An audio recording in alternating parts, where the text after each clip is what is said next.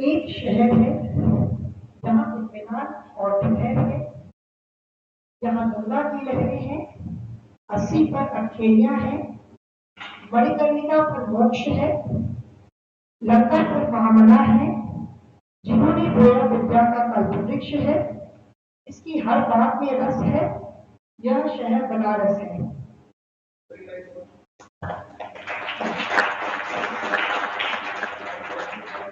Kashi, also known as Varnasi, holds a unique place in the heart of India. It is a city that has witnessed the ebb and flow of history, a city where the sacred Ganga River gently caresses its ghats, and where the divine presence can be felt in every step taken along its narrow lanes. This city, with its remarkable heritage and unwavering spirit, has provided the perfect backdrop for intellectual exchange and meaningful discussions. On behalf of Army Public School Varanasi fraternity, it is my privilege to extend a heartfelt welcome to each and everyone present over here today for the Intra Army Public Schools Debate Competition 2023 Cluster 1, hosted by the esteemed Army Public School Varanasi. We are honored to have the distinguished presence of our esteemed chairman, Brigadier Rajiv Nagyar, Sena Medal, Vishishta Seva Medal, whose guidance and vision have shaped this institution into a beacon of knowledge and excellence. I would also like to extend a warm welcome to our esteemed judges whose expertise and discerning judgment will play a pivotal role in evaluating the thought-provoking arguments presented by our talented participants, and I also welcome respected teachers and dear students of the participating schools. Today, we are gathered here in the ancient city of Kashi, where tradition seamlessly blends with modernity and intellect finds its voice amid the vibrant colors of this culturally rich land. Before we commence with the competition, I would like to throw some light on our Honorable Chairman's illustrious career. Brigadier Rajiv Nagar, Sena Medal, Vishisht Seva Medal was commissioned into the 5th Battalion of the 3rd Warfare Rifles on 11th December 1993. An alumnus of National Defence Academy, Karakwasla, Sir is a battle-hardened third-generation soldier who joined his father's battalion. During his illustrious and long career of 30 years, he has served in the jungles of Nagaland and snow-clad mountains of Sikkim in his initial years of service. Thereafter, he has served for over 10 years in Jammu and Kashmir, including Dras and Kargil. During the Kargil War in 1999, he has commanded an Assam Rifles Battalion in Manipur, where he was awarded Sena Medal, and a brigade in Andaman and Nicobar Islands, where he was awarded with Vishisht Seva Medal. He is presently directing the appointment of Commandant 39 Gorkha Training Center and President Cantonment Board, Varnasi, since December 2021. He is also the chairman of APS Varnasi and Kendriya Vidyalaya 39 GDC. Sir is an avid sportsman with keen interest in football, basketball, and golf, and has participated up to services level in cricket. He is married to Mrs. Amarjit Nagiar, who is also from army background. Ma'am is a motivational speaker, a keen blogger, an academician, a proficient singer, writer, and also is very competent in badminton and golf. The couple is blessed with a son and daughter. Their son, Karan, is a sub-lieutenant in the Indian Navy, making him the 4th generation soldier in the family. Their daughter, Shanum, has completed her class 12 this year and is on a path to pursuing graduation studies. To judge the event, we have with us 3 eminent personalities of Varnasi. Firstly, let us welcome Mrs. Amarjit Nagiar, Senior Director, Family Welfare Organization, 39 GDC. Born and brought up in Army family, married to an Army man and a son in Indian Navy, Mrs. Amarjit Nagiar is well acquainted with ethos and discipline of Army life. She is a Master in English, BA, CTET and CFP qualified, an educationist, administrator with many years of experience in teaching learning practices, while concomitantly shouldering various additional duties of educational tour in charge, creative writing, and coordinating various students, demonstrating her commitment to education and ability to excel in teaching roles. Presently, she holds the position of Senior Director, Family Welfare Organization, 39 GPC, contributing immensely in the field of education and towards women emancipation, guiding them at various levels, instilling awareness amongst them. Her regular contribution as a motivational speaker on diverse platforms with an ability to connect with people, share personal experiences, and motivate others to pursue their dreams give her a unique style and flavor. She is a skillful and adept blogger, with writing being her newfound passion, and has contributed articles to many journals, sharing her insight, knowledge, and traveling experiences touching lives of readers. Outside the academic and administrative realm, she is a talented singer who captivates the audience with her voice and shares her passion for love for music.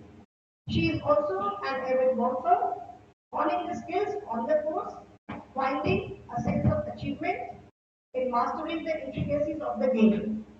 She's a third degree Reiki healer, practicing Reiki to balance chakras since 5 years, promoting well-being and holistic healing.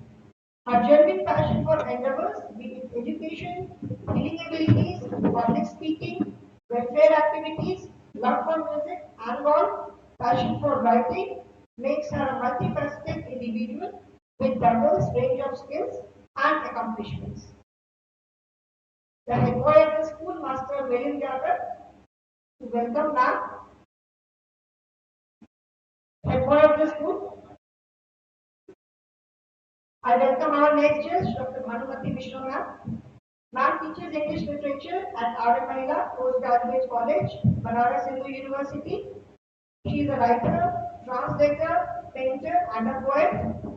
Her articles, book reviews, poems, and translations have appeared in DBR, Critical Trade, Ashramate, Shop, and Asian Literary Journal, News India, and Nature.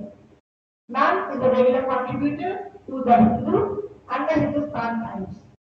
She has authored three books titled Amitabh Ghosh and his Uber in 2011, Echoes of Silence, a collection of short stories in 2017, and The Crimson Dot, a collection of poems in 2018. All these books are available on Amazon.com. Our passion remains personality development and motivating the youth. The vice principal of this school is Elena Shahid to welcome her.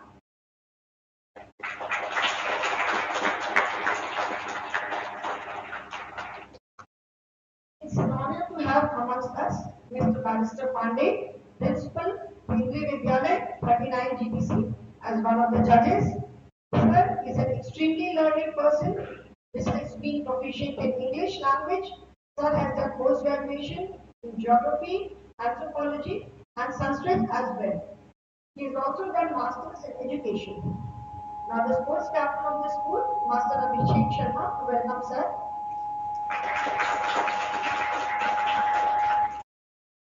We are extremely privileged to have you all with us today and hope that you would love listening to our young speakers. We are now going to start today's program with a melodious welcome song.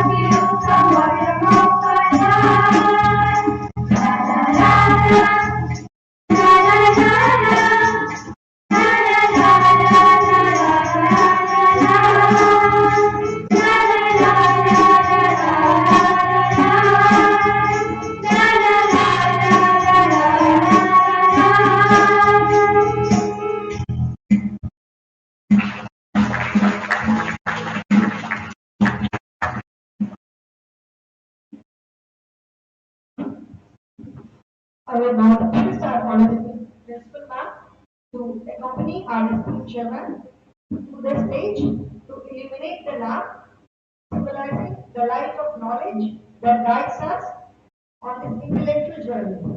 I would also request our judges to join sir in this auspicious moment as their presence and wisdom will illuminate the path towards a successful debate.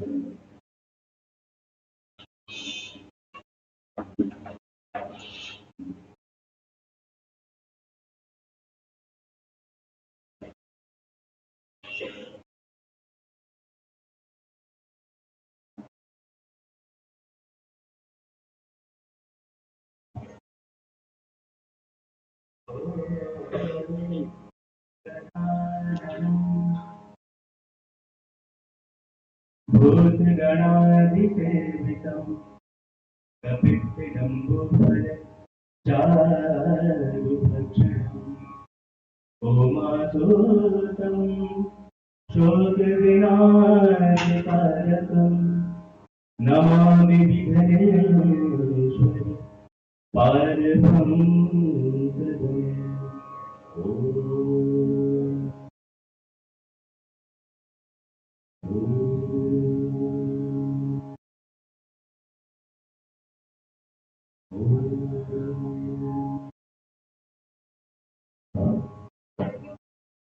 Ma'ams and sirs, I now request sir to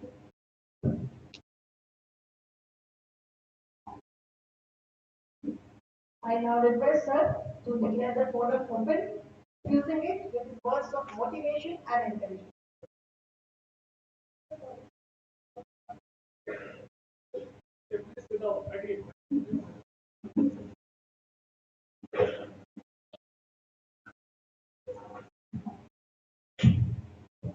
Okay, a very good morning to all of you. Jai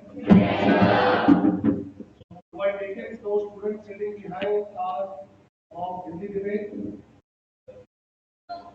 and teachers, so one or two teachers from every school. Okay, once again, heartiest welcome from all of us associated with Army Public School, all the teachers, all the students, both of them who have come from 9 schools of Central Command, Cluster 1. And before I say a few words, I would also like to inform you, it is Varnasi, the Hindi team, okay, has one and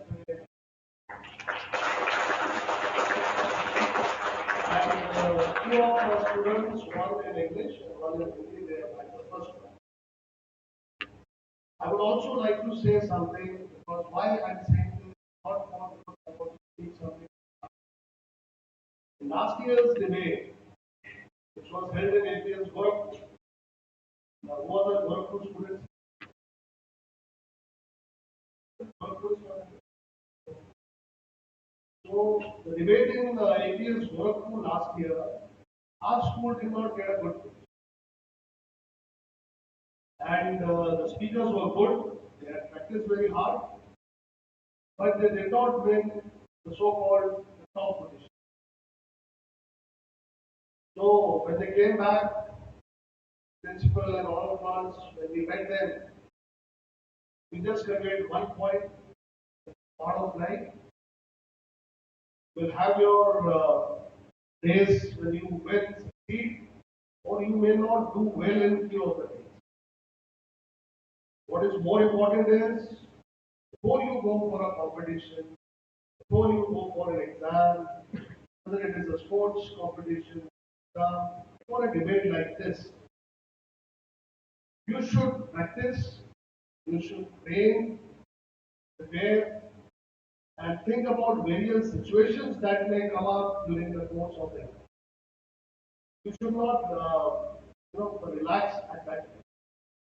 The result may not be to your liking, even if there's a difference of, decimal points.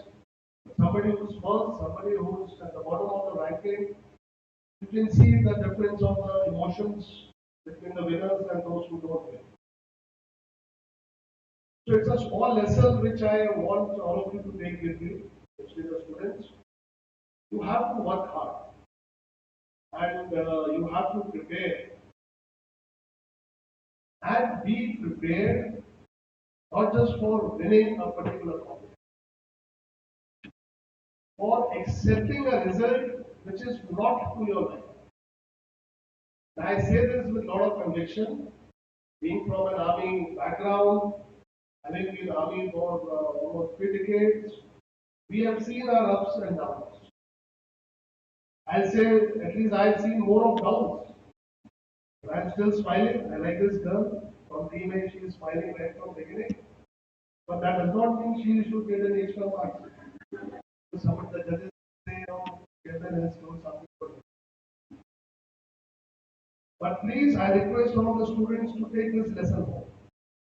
You will have situations which will be tough. Your best friend will be, getting all the good marks, and you might be wondering what's wrong with you. And trust me when I say this is just the beginning. We are छोटे हैं, 10, 11, 12. This is just the beginning. Life has just started with beginning. I'm sure all of you have come well prepared. I like the confidence. I'm sure you will also, during the course of the debates, perform the way you have practiced. Your teachers would have seen you in your school, back home, made you rehearse. But what will stand out if I'm a judge? All the three judges are specialists in their own fields.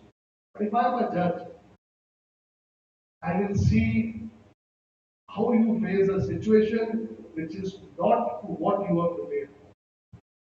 I hope I have not confused you. I hope I have not suddenly put you under stress.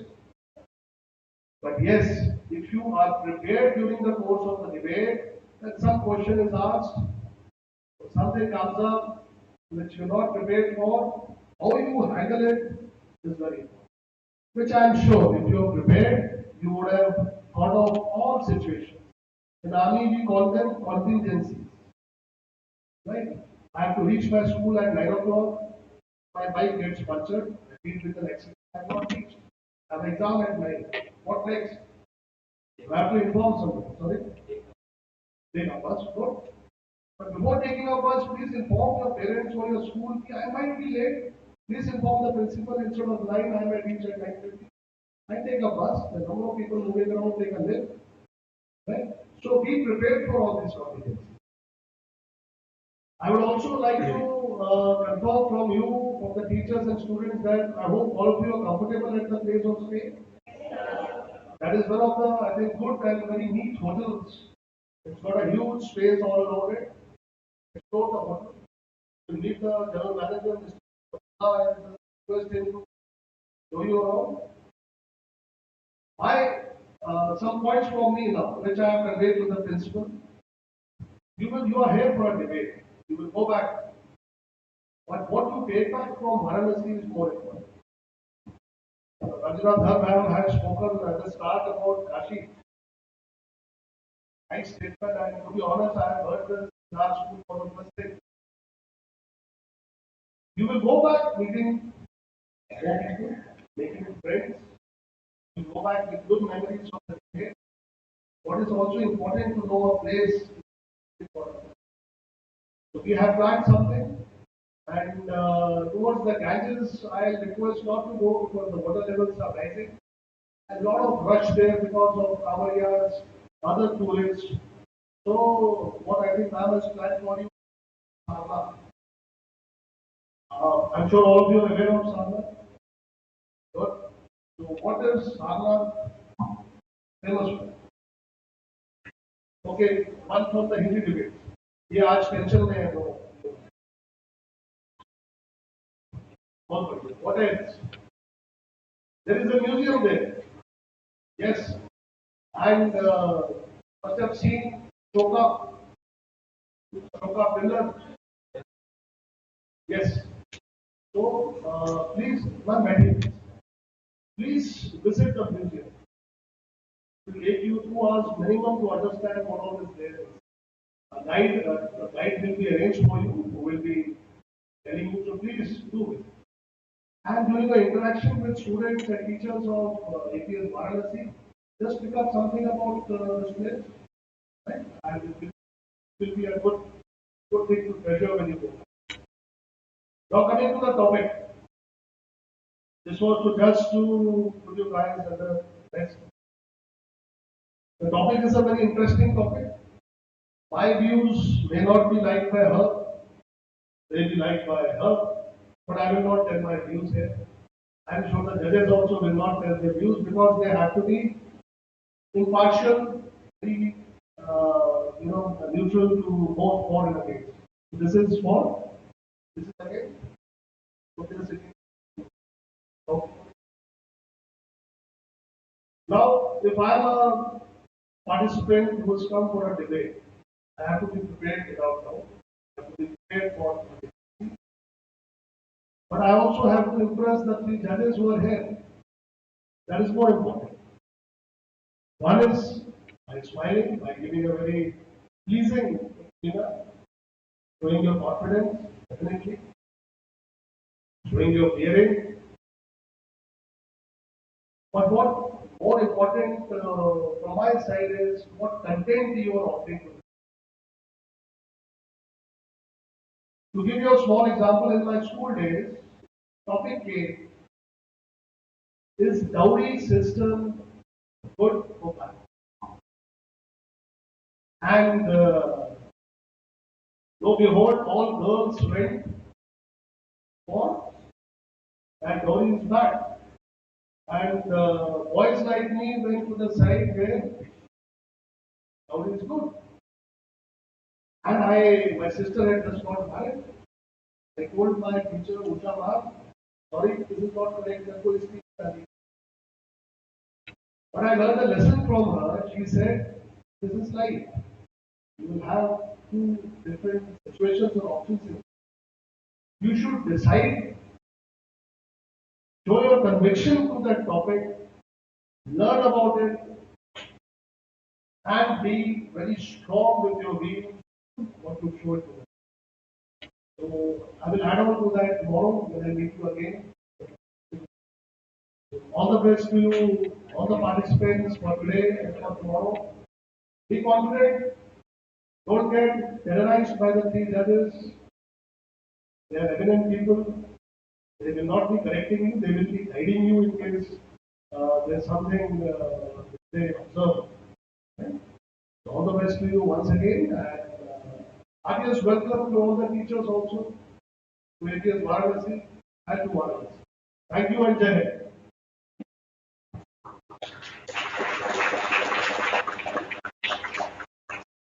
Thank you once again, sir, for gracing us with your presence. Your encouraging words will definitely motivate the students to strive for even higher level of excellence.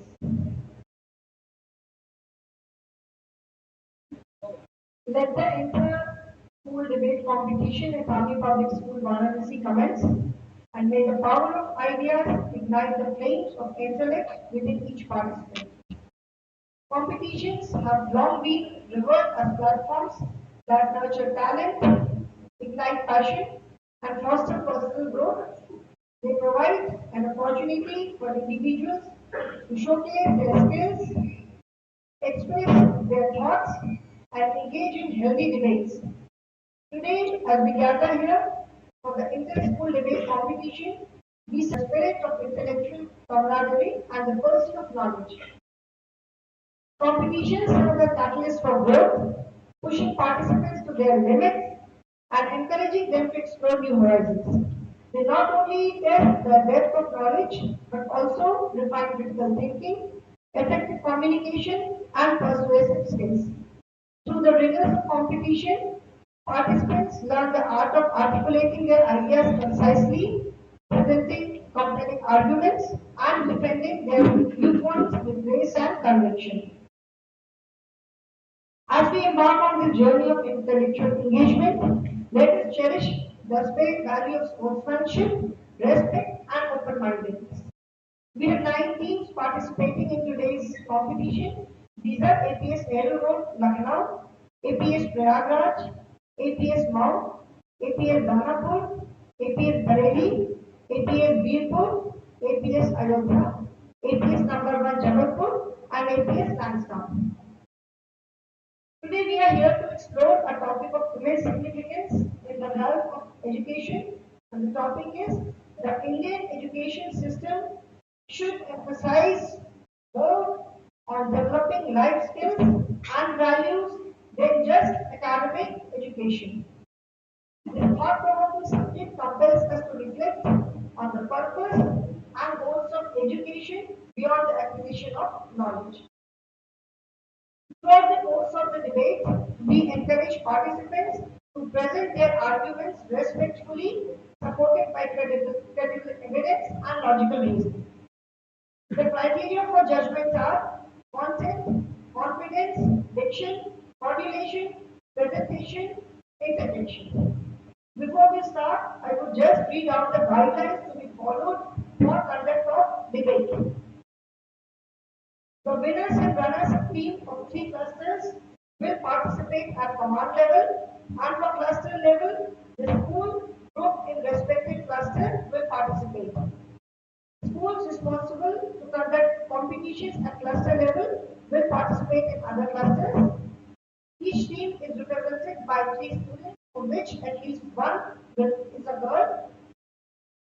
At no stage during the event, name of the school or student will be announced. Participants will also not be allowed to give out the name of their school until the final result is announced. Confidentiality of the team is to be ensured till the result is announced. The teams are team names are displayed as Team A, Team B, Team C, and so on. Sequence of team and interjector was decided through draw lots on 26 July, that is yesterday, and it is ensured that interjector is not interjecting their own team and there is no cross interjection as well. That is interjector of team A interjecting team C and interjector of team C interjecting team A. Speakers for the motion will speak first, followed by interjection, and then the speaker against the motion, followed by interjection. It is mandatory for every speaker to speak from the podium using the podium mic. Each speaker will get 4 minutes to present his or her views. A caution bell will be sounded at the end of 3.5 minutes, and a second long bell at the end of 4 minutes. Each speaker will get 4 minutes only to put forward his or her views. Speakers will be penalized for exceeding time limit beyond 4 minutes, and speakers speaking less than 3 minutes will also attract negative marking. Thereafter, each speaker will face minimum 1 interjection in the form of questions by the interjector of other team. Questions should be related to the subject matter of the views expressed by the speaker.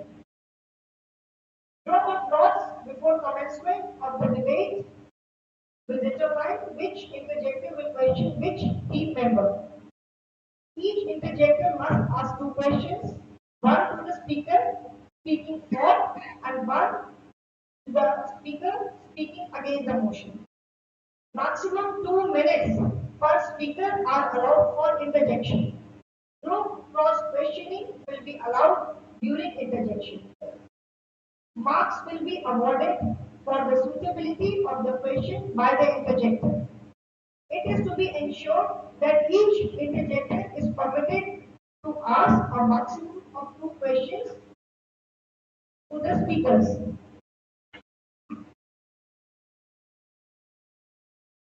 Each speaker will face a maximum of 2 interjections. In case there is no interjection to a speaker, full marks will be awarded automatically to him or her. Reading from script is not permitted. However, the interjector can take note while the speaker is speaking. The speaker will be penalized for reading from the script. The final position of the team will be determined by the total of marks obtained by the two speakers and the interjector. In case of a tie among the scores of two teams for the winning position, the tie will be broken by discarding the scores of two interjectors. Only speakers' scores will then be calculated to decide upon a definite winner. Assessment sheets given to the judges have only coded team names, that is team A, team B, etc., and not the actual name. After compilation, results will be handed over to the principal of the school responsible for the event and cluster events who will decode the school names, decoded to actual before announcement of the results. The judges and the principal conducting schools will sign on final results. The decision of the judges will be final and no representation will be accepted. The results will be shared with the participating schools on the same day.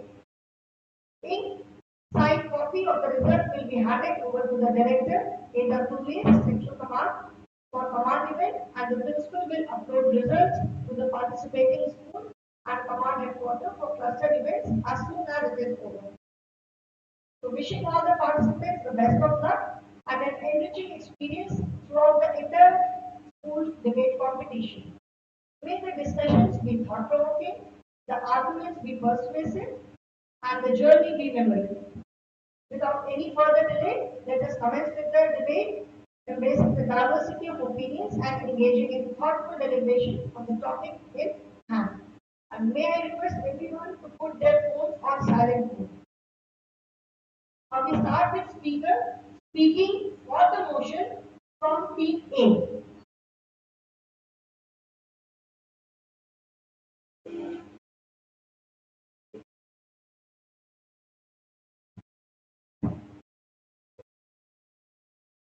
Academics, academics.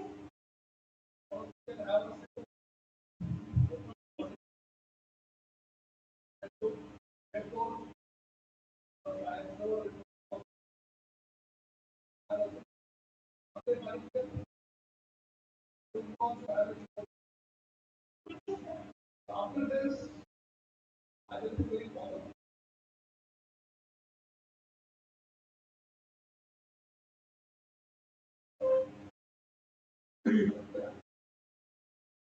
Academics, academics everywhere. Not a small iota of values anywhere. My warm greetings to the esteemed jury, worthy contestants, and the noble gathering. Today I stand here for the motion and soundly believe that the Indian education system should emphasize more on developing life skills and values than just academic education. The need of the hour is to arise, awake, and realize the truth that values in the contemporary world have gone down the drain.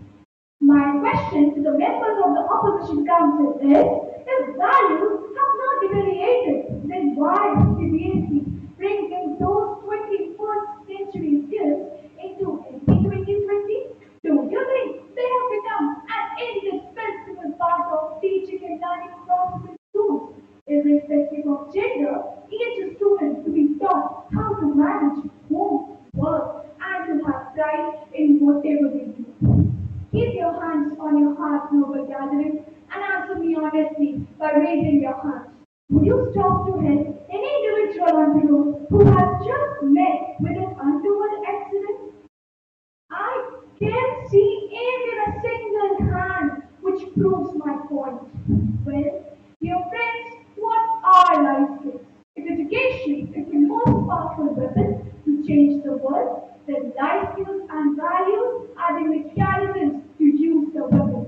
I firmly believe that any skill that is useful and is needed to make the most of the life is a life skill to make us mentally and physically strong, like communication, problem solving, critical thinking, etc. etc. You must have heard of Hafiz Quadractor, a great Indian architect. In school, when students would lose their buttons of a shirt,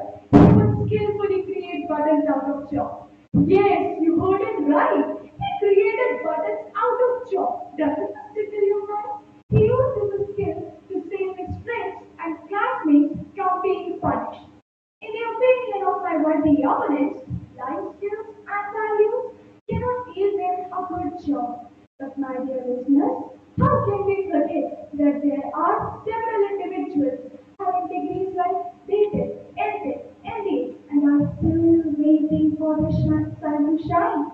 So how can we be assured that academic qualifications can bring us a job?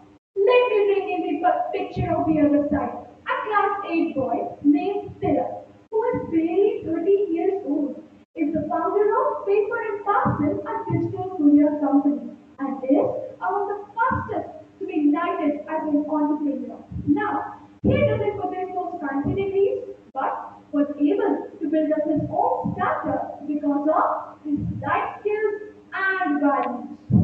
Dear participants, remember this world starts with me and ends with me. All the situations in the circle of life come in between. How do I analyze, handle, communicate, and cope up with the situation is all because of the life skills and values that I have inherited or imbibed with the passage of time. Before I retreat from the dais, I would like to quote the great Padma Award Sudha Murthy, an Indian educationist, author, philanthropist, and chairperson of Infosys India. I quote her belief. Good relationships, compassion, and peace of mind are much more important than achievements, awards, degrees, or money. I am true. I would like to quote one more thing. We are humans and not robots. I would request the Gallery of Academicians to ponder over this question. Thank you.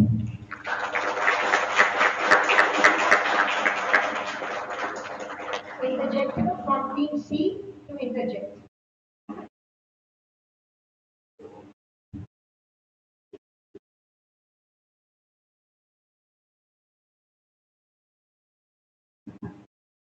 Good morning, everyone. Very well spoken, my friend. My question to you is, as you mentioned in the speech, the great example of a peace contractor and Sudhamu. But considering our distinguished audience and discerning judges, whose absolute blend of aptitudes, principles, whose considerations are taken as the great among one of us all, then why, my friend, you emphasize on life skills and values over academic education in the process of life skills and values? Thank you for your question, but I would like to bring in the fact that whenever we talk about success, we always combine words like hard work, determination, critical thinking, creative thinking, problem solving. Why is that? That is just because life skills and values play an equal role in taking us to the summit of success. If you're talking about personalities like Sudha Murthy, a face contractor, they may be bright academicians, but what took them to the summit or the pinnacle of success is their life skills and values. Academic qualification is just the basic criteria today. Most of us have degrees. Very well.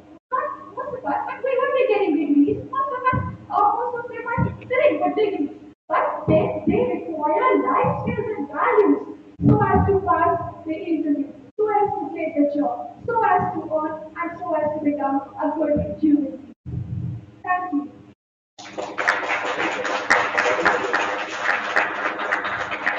To the turn of the speaker speaking against the motion from team A.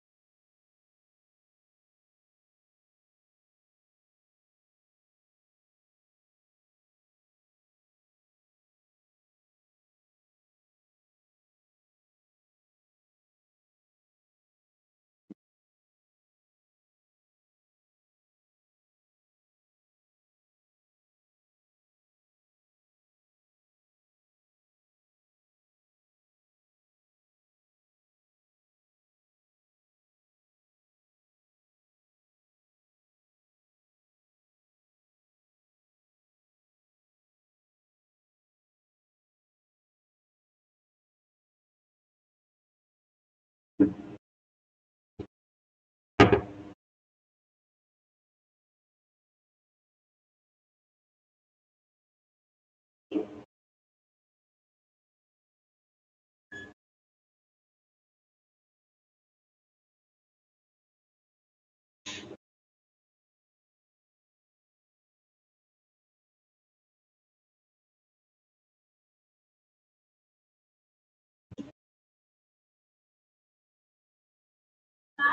you're the CEO of a company, conducting an interview for a relevant post. There are two candidates. One is academically qualified and the other lacks it. Now, as the CEO, whom will you employ? I will not be wrong in saying that the academically bright candidate will be employed. Will I? Good morning. There were judges, mine were the opponents, the rejectors, and the honest candidate. There, I stand against the motion to say that the Indian education system should emphasize more on academic education. Before proceeding ahead, let me apprise the audience that India has been a hub of knowledge since time immemorial. Our history reveals the fact that the Golden Bird was visited by renowned travelers worldwide, as we have a heritage of being pragmatic, achievable, and complementary to life. Ancient education systems comprised of the Vedas, Brahmanas, Upanishads, and Dharma. You must have heard the names of eminent personalities like Aryabhat, Pandit, Patanjali, Saraswati, and the rest is endless. What has made them renowned? Is, I'm sure you will agree, their knowledge and academic education. In the contemporary world, we have Sundar Pichai, the CEO of Google, Satya Nadella, number one at Microsoft, Parag Agarwal, former CEO of Twitter, Rishi Sunak, an Indian rule in the country, have once told us. Does it make any better? Yes, they all are academically qualified and sound. If you had let any to music, you would have realized that the bright academicians were not only in the ancient era, but are also there in the present. More importantly, the report of September 2022 states that 58 current top launches of India are running globally, just because of their academic excellence. Members of the opposition council might notify the gathering that schools play a vital role in developing life skills and values of students. But I vehemently oppose. I firmly believe that life skills and values are required and instilled from the womb to the tomb. Because values are taught and not taught. Yes, you heard it right. Values are taught and not taught. In this fast-changing world, where everything is going online, the world demands us to be tech-savvy. This means that academically the person needs to have the required degree.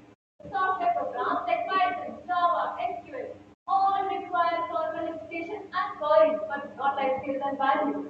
I would like to say that chapter around classical literature, the first slide talks about courage. Pilot sent in a quota, it is so many black clouds all because of this. Had he believed his education of mine, then I am 100% sure he would not have taken the risk. This value of courage was not taught to him, but instead by his parents. On individual judges, the emphasis on education appears to be lacking, despite the fact that it is one of the most important areas to focus on in order to prepare students for jobs.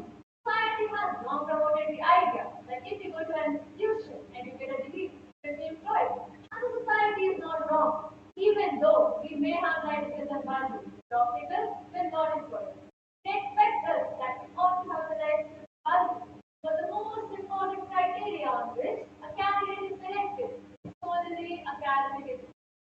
One last example from the side of my side. Our mentors require employability skills, that is, the degree of cultural education, along with CT, CSP, etc.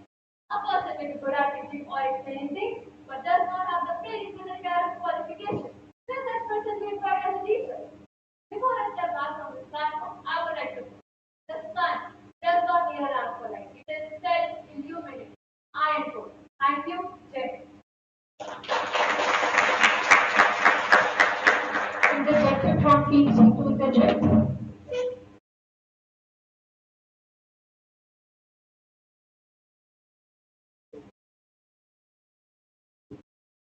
Very well spoken, Mike. My question to you, as you mentioned that India is known as the hub of knowledge, but we are all familiar with the widely acclaimed and much appreciated movie Tare Zameen Par. There the character Ishan Awasthi is portrayed as a dyslexic child. The movie also exhibits the importance of life skills and values and exhibits the importance of academic education in front of life skills and values. And even it addresses the challenges which is faced in the current education system. Then, why, my friend, you emphasize the academic education over life skills? Thank you for your question. The world is full of exceptions. He is one of those exceptions. My friend faces represent the society. I'm not just a single one. I would like to say that if you go to an institution, for example, let's take NDA, you have to clear the written exam. That is, for that, you require academic qualification. That is the basic criteria to even enter in an interview. To appear in an interview, there is a secondary thing that is required is life skills and values. For example, confidence, etc., etc. But the basic criteria is academic qualification. Because my friend, if you don't clear the exam, you will be not getting in the interview even. So this makes the question go none at all. Thank you.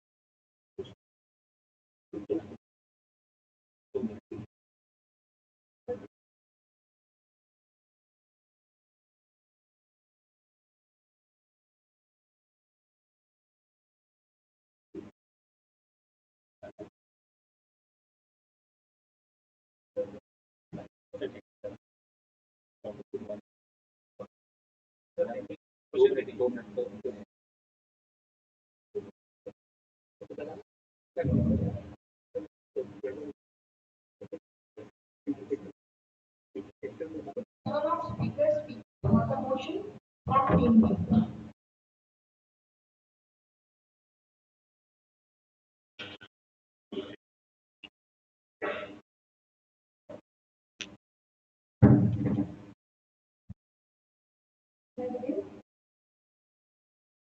We live in a world where technology moves with an iron fist. We live in a world where education is synonymous to rote learning. And we live in a world where the sole objective is to turn us into unsympathetic automatons. But what are we without our feelings, our compassion, and our kindness? And what separates us from the bloodthirsty anarchy of the animal kingdom? We live in a world where the education system is our only salvation to save and protect our race by inculcating values, morals, and principles. A very good morning to you all this gathering. I will be speaking in favor of the motion that is the Indian education system should emphasize more on developing moral values and life skills than just academic education. Let me paint you all a picture of a high school. In a study conducted, it was found that 12.5% of the students are frequent substance abusers. 90% have tried alcohol, and 36% of them experience harassment by their own peers. But these are highly educated individuals who are well aware of the consequences of their actions. Why then do they still indulge in these malpractices, which is not for the lack of academics, but the lack of moral values that the education system has deprived them of? Development without direction can not only be adverse, but atrocious as well.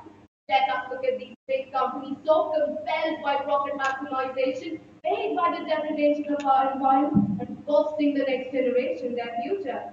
We need to progress sustainably. We must let our ethics guide our academic knowledge. In a study conducted, it was found that 60% of the employers are not satisfied with the quality of graduates they're getting. Emphasis, for instance, has set up its own institution in Mysore to equip the students before the education system left them deficient in. But India is not just famous for its academics, it is famous for a worldwide spectrum of personalities exhibiting exceptional moral values and life skills. Mahatma Gandhi, for his values of truth, non-violence, and ahimsa; Mother Teresa, the epitome of kindness and mercy; Rabindranath Tagore, the world famous poet and the architect of our national anthem, whose words echo at every single major global event. The Indian education system must endeavor to foster these qualities in the youth to make our nation proud. It is, however, vindicating its past discrepancies with the introduction of the new education policy which solely revolves around value and skill education.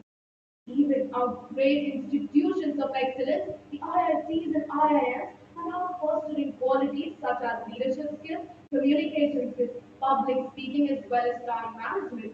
So why then must we not let these be incorporated in our students from an elementary level, since these are more relevant and important in their everyday lives? As I come to the conclusion of my argument, I will leave you all with some points to ponder on. Without values, murders, rapes, deaths, and crimes would only escalate. Without values, we would still be subjected to countless meaningless wars, costing millions of lives. Without values, our netizens would continue being a subject to cyberbullying. Without the skill of leadership, how can we ever imagine to remain united? Without the skill of creativity, how can we ever innovate? And without the skill of decision making, how can we ever lead? Thank you.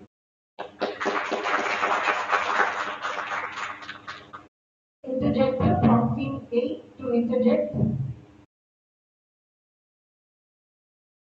Interjector from team A.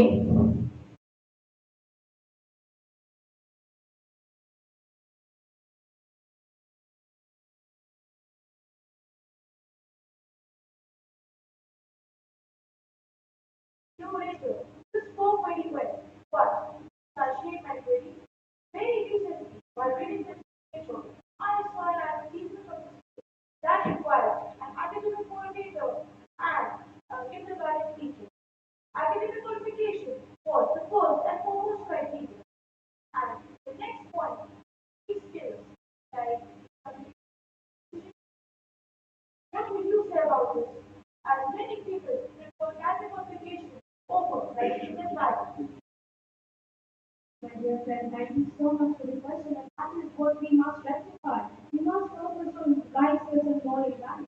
As a matter of fact, when I looked at the report, I saw the essence of how you existed, leadership skills, work, and a constructive approach. That it will allow the student from elementary skills to face the obstacles in life and triumph over them all. Thank you so much. It's the turn of speaker speaking against the motion from team B.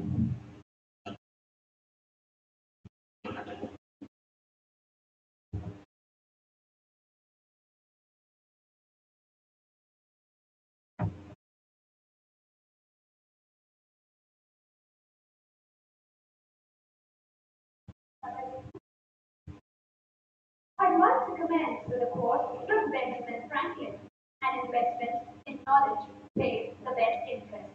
Major developments in our lifestyle have occurred in the past 100 years through the academic excellence which culminated into technological advancements, turning into reality every possible luxury we could have ever imagined. We have AI increasing productivity in all spheres whilst reducing human effort. We have satellites enabling multimedia broadcasting, even in remote areas, awareing people of calamities much before they occur. We have the internet providing us global connectivity, and the credit for all such pioneer creations can be attributed to pure academic knowledge.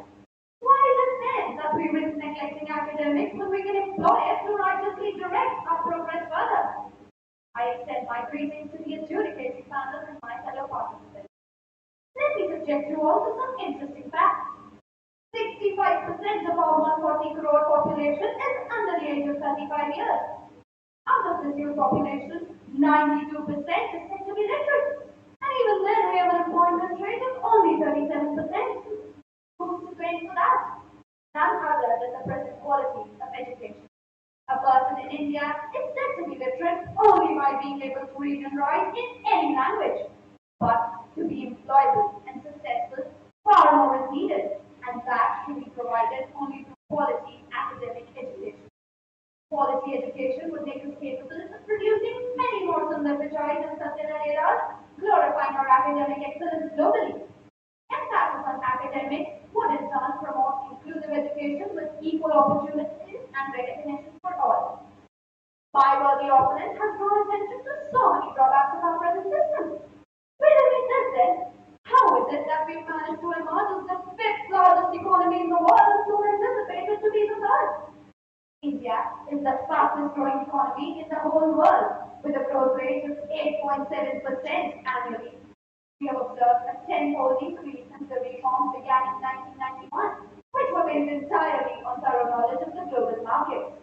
The reserve of our excellence, housed by the Gita, Vedas, and Upanishads, was backed by academics.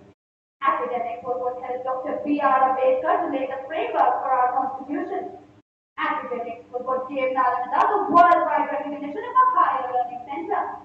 Academics is what has resulted in the introduction of skill subjects, so a child does not go unemployed. Academics is what can redirect us from job seekers to creators. The triumph of our practices is so well defined. Why then can we not let the education system be more about knowledge, which in any way should be? Before claiming our system is competent, we must acknowledge personalities like Dr. APJ Abdul Kalam, C.V. Raman, or Homi Jahangi Baba. Contributions to our nation are undefinable.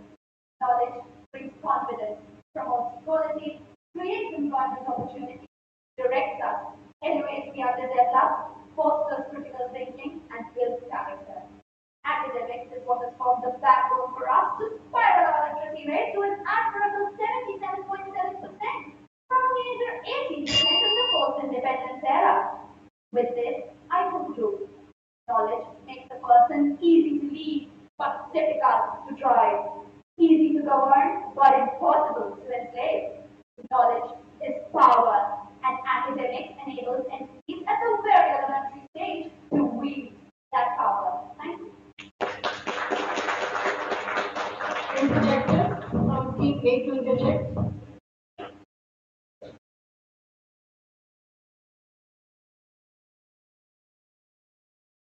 Dear Speaker, your views on this topic are well appreciated, but I think you did not do your homework well. A serial killer who actually stood apart other serial killers was Dr. Harold Shipman of England. Yes, he was a doctor. He was academically qualified, yet he killed 250 of his own patients as he lacked life skills and values. You talked about academic excellence. So what do you say about this highly qualified criminal doctor and people like him? My worthy opponent here has asked a wonderful question which will allow me to amplify my scientific emotion. As a response to this, I would like to say that when we talk about academics in the present times, we're just thinking of us as they are today. But the true meaning of academics lies in the direction of mankind into a positive direction. It is the positively directed growth and development of mankind as a whole. It lies in the sustainable development of resources, the redirection of our mindset from destruction to innovation, and knowledge turning mirrors into windows. So academic, as we know today, just rote learning, mugging up formulas, memorizing theorems, that is not my definition. That is not how I think of academics. Knowledge shall be such that it can direct our progress. It should be such that it can help us create an identity and help us elevate every single other citizen along with us. So what we need to do is revolutionize the academics that we are inculcating in our young minds today. I hope that answers your question. It's the turn of speaker speaking for the motion from Team C.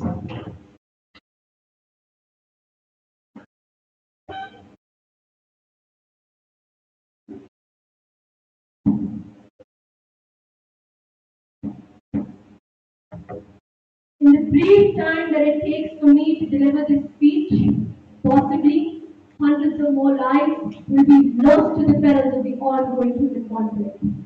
Dreams extinguished and futures irrevocably altered.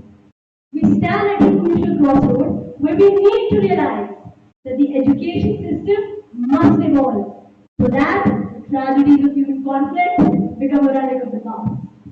A very good morning to everyone present here. Today I, from Team C, am here to express my views in support of the motion that the Indian education system should emphasize more on life skills and values than just academic education. The Vedas, the Puranas, the Bhagavad Gita, the Gurus teach us that true knowledge is not theoretical, but rather practical life skills that are necessary to navigate the complexities of life and make the right choices. Our ancient education centers, Nalanda, Takshila, which were renowned for attracting scholars from across the globe, embraced a value-based curriculum. Today, as we stand at the crossroads of tradition and progress, it is imperative to integrate skill development, experiential learning across all stages. The recently introduced New Education Policy 2020 and the Skill India Development Plan resonates with the aspiration of a rising new India. It aims to create leaders who are responsible global citizens, empowered with the necessary skills to take India to its rightful place in the global order. And how can we forget that our Honorable Prime Minister in his Mann Ki Baat radio program has emphasized on the need to have a more holistic approach to education. Our government too has undertaken a number of initiatives such as Atal Tinkering Labs, the Pradhan Mantri Kaushan Kendra to promote the same. We all witnessed the darkest period of the 21st century. The COVID-19 pandemic put mental health in the forefront.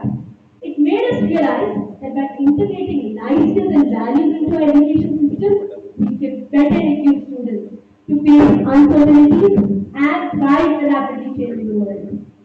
I feel that the need of the hour is to create an education system where life skills and values are not just buzzwords, but the real ingredients to make the superheroes of tomorrow. We will only then be a nation with not just one Neeraj Chopra or Dr. APJ Abdul Kalam, but thousands of individuals creating a niche for themselves. The 21st century is the age of automation and artificial intelligence. The need to emphasize on life skills and values is no longer a luxury, but a critical necessity. According to a recent statistic provided by the National Survey Organization, an alarming rate of only 2% of our students possess employment skills. These statistics reflect on the current system's drawbacks and the immediate need to reform. In the end, I wish to conclude by saying that the time has to embrace to value-based education system which will serve as a catalyst for a bright future. And in doing so, we honor our past, empower our present, and create a promising tomorrow. Taking India light years ahead. Thank you and Jai Hind. Interjection from Team H to interject.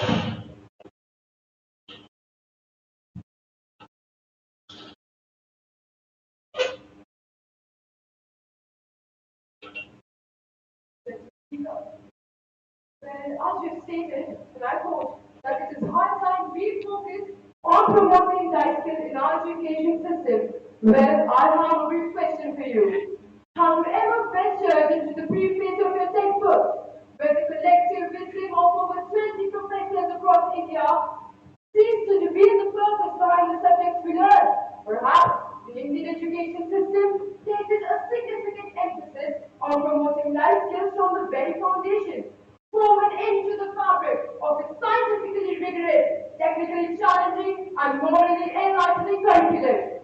So, my friends, my question to you is, shouldn't the onus of integrating these valuable life skills in our lives ultimately lie upon us, the students, as we embark on a transformative journey of growth and self-discovery?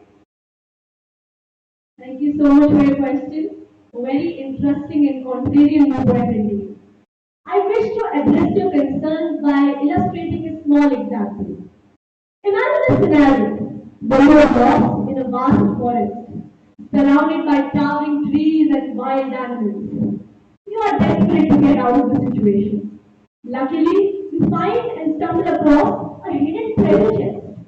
You open it up and you find that it is filled with academic textbooks up to the brim. As you start reading the textbook, you realize that the wealth of information in front of you, while it stands there, can offer you information whether to do this or do that. But it lacks the real practical life skills and experiences which will help you navigate your way out of the wilderness. This simple analogy that I wish to highlight and impress in front of you all today is that by embracing a value-based education system, we can better equip students to face the challenges of the 21st century and navigate the complexities of life. This is how we can bridge the gap between theory and practice and unlock the real value of our education. Thank you. It's the turn of speakers speaking against the motion from Team C.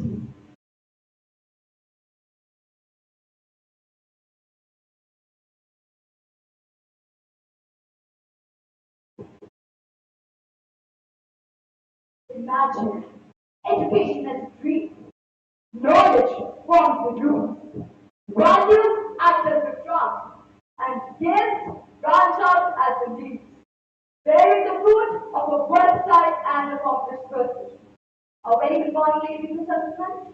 They are from Team C and here to vehemently oppose the motion that the Indian education system should focus more on developing the life skills and values than just academic education. My attention is with the term. More emphasis on developing the life skills and values. Earlier, our Indian education system had very focus on knowledge building. However, in the ever-changing times we live in, it has become evident that a holistic approach encompassing knowledge, skills, and values are crucial in shaping individuals who can thrive in the real world. Tagore Shanti has envisioned education beyond rote learning and has provided students with a broad spectrum of experiences. Visionaries such as Dr. B.R. Ambedkar, Dr. Ramakrishnan exemplify this by demonstrating that success is not solely dependent on academic education, but also on strong values, practical skills, and a commitment to making a positive impact on society. Even the recent National Education Policy 2020 aims to navigate students better for the upcoming complexities of the modern world and foster their holistic growth as individuals. Notable individuals such as Satya Nadella, Narayan Murthy, Ratan Tata have all stressed on the importance of combining academic education with the development of life skills and values. Their accomplishments stand as a testament to this power of combination. Now, I invite each one of you to ponder upon your own experiences and achievements. How often have you solely relied on your academic education to excel in your chosen field? Or is the knowledge gained from academic institutions accompanied with skills and values that help you pursue your passion and make a significant impact in your respective domain? I see agreement in your expressions. Our own experiences validate this point. We can even draw inspiration from individuals such as Vandana Shiva, an environmental activist, Anand Kumar, the mathematician and the founder of the Super 30 program, Shubhali Sarup, the first women Indian pilot. They have all exemplified the significance of striking a balance between the development of life skills and values and academic education. And that is why I say focusing solely on academic education or solely on the development of life skills or values will definitely lead to neglecting the intellectual curiosity. I rest my case by saying education is a tapestry woven with a sense of knowledge, skills, and values. Each strand is essential and it contributes into the vibrant and intricate fabric of a balanced individual. Thank you. Interjected from Team H, Shweta.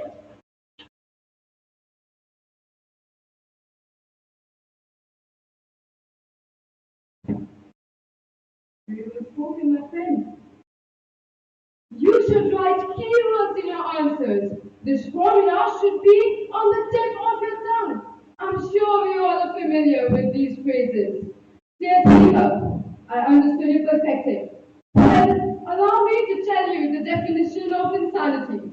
Insanity, as quoted by Sir Albert Einstein, is doing the same thing over and over and expecting things to change. Well, our education system has been repeating the strong learning memorization dynamic for several decades. To give you an illustrative example, dear friends, students are forced to memorize multiplication tables. You certainly did, I certainly did. But do kids even know the fundamental difference between 3 times 2 and 2 times 3? So, my question to you is, do you genuinely believe that students acquire any sort of value in life skills from such an absurd education system? Thank you for the question, my friend. This is exactly what I wish to impress upon you today. My intention is with love. More emphasis on developing the life skills and values. Life skills and values provide us with a wonderful opportunity to understand the relevance of theory which we have learned in class.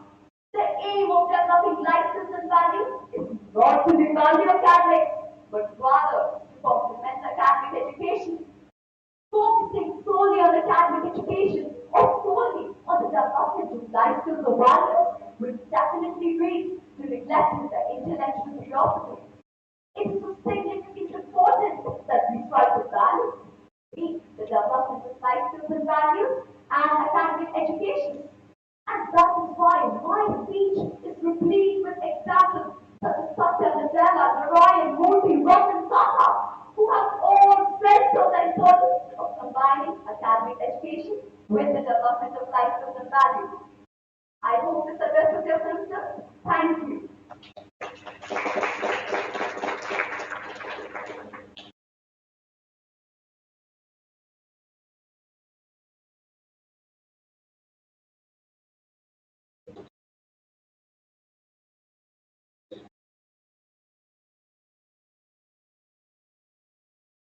It's the turn of speaker speaking water motion from Team D.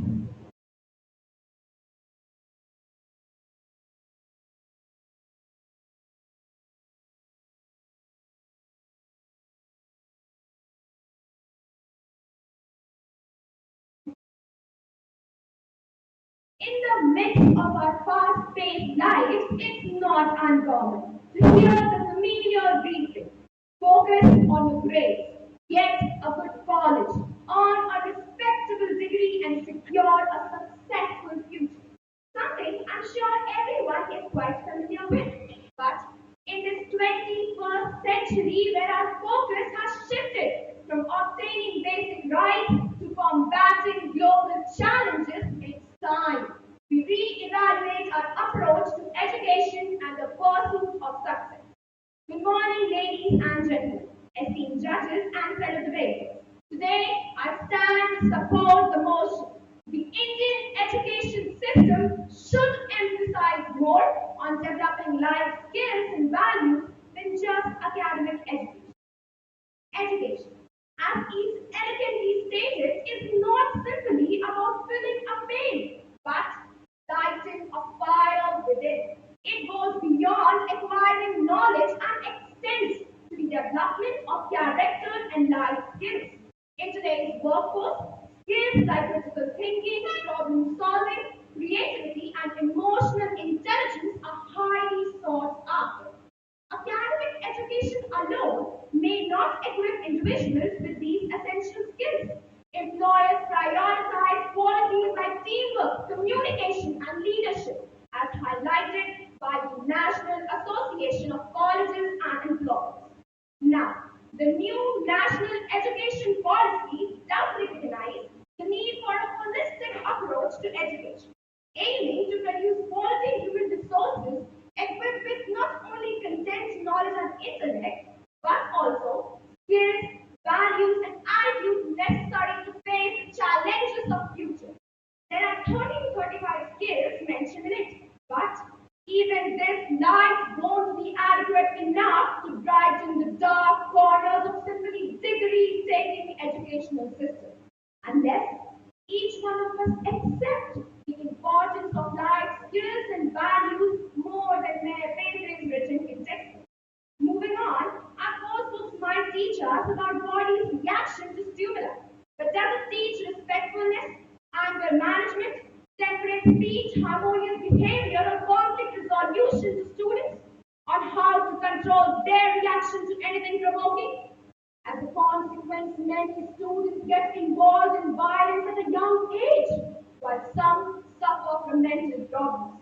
Schools and parent communities have been obsessed with academic performance to the detriment of developing soft skills of children. And this isn't my opinion, but the words of Ashok Pandikar, the founder of Meta Culture. Can you imagine? Future leaders who don't know values like peace, harmony, tolerance, everyday civic manners, and lack leadership quality like problem solving to be able to maintain India's diversity and remain democratic. My dear authors, you emphasize academic education, which is undoubtedly important. But does it equip individuals with the necessary skills to navigate through the complexities of life? I rest my debate with the words of Martin Luther King.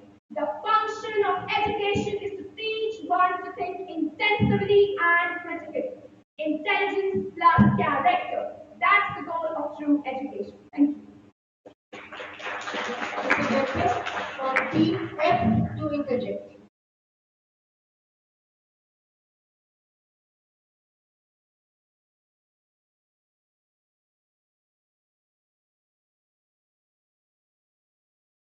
My God, education forms the foundation of us.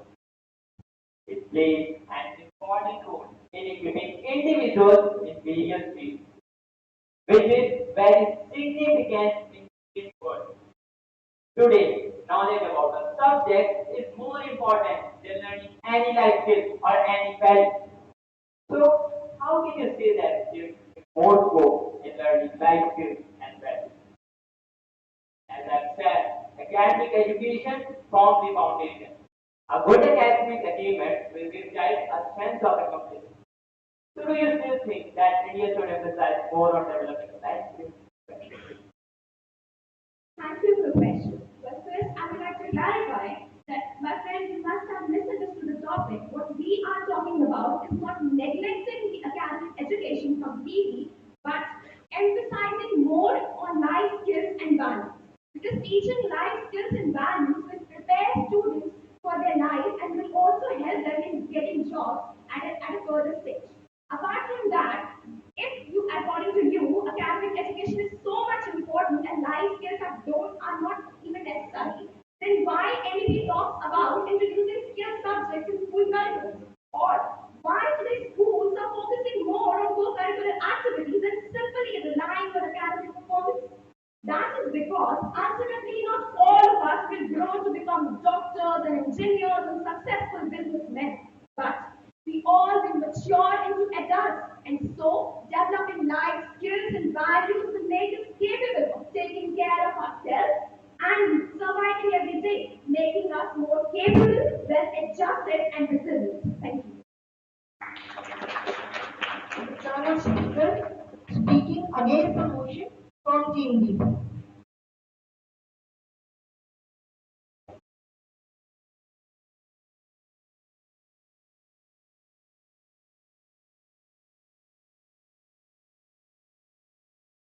Miss, the Indian education systems embrace academic education finds its right place.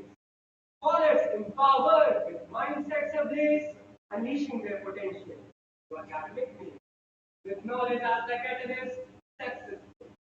A very good morning to the jury members and my fellow I stand before you to put forward my views on the proposal that Indian education system should emphasize more on developing life skills and values than just academic.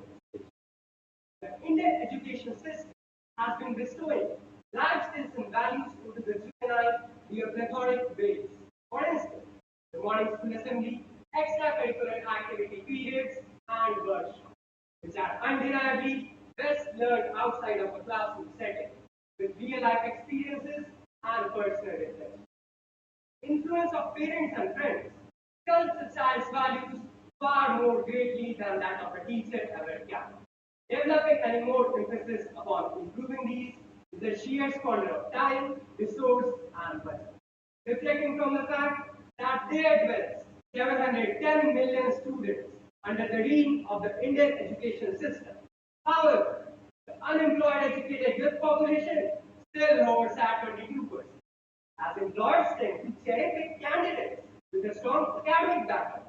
Because let's be facts, academic education is a vital ingredient for a successful career itself, contributing to the development of eminent skills like critical thinking, problem solving, and communication. As quoted by the World Cup, education brings a return of about 9 to 10%, meaning that every year learning generates about a 10% increase in earnings annually. In essence, financial stability and opportunities are served on a silver platter. Moreover, the COVID-induced effects have been catastrophic. Based on an analysis of UDIS, enrollment in the school's primary section fell by 11.5 lakhs, and the number of students scoring above 90% fell from 1.3 lakhs to barely reaching. While those of compartment rose from 70,000 to 1.2 lakhs in the 12 board's post-pandemic years, which clearly pleads more attention and improved academics. What's more, focusing too much on teaching values and life skills may snowball into further complications. Firstly, it may inadvertently be uncomfortable for some students to share the same values as their peers or teachers. The concept of schools being a welcoming environment would be swept under the rugs of the life skills lesson.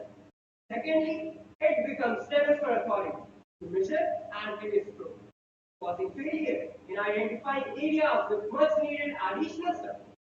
Scanning down your attention to the final argument, academic education has truly untethered itself as a holy grail.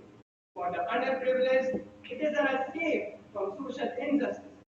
For the environmentalists, a response to climate crisis, and for the feminine population, a revolution. A catalyst empowering women, healing vulnerable girls from child marriage, sexual, and mental health. And as the foundation education above all treated it as a life cycle. Educate a woman, transform a family, transform a society. Thank you. Interjection from Team F to interject.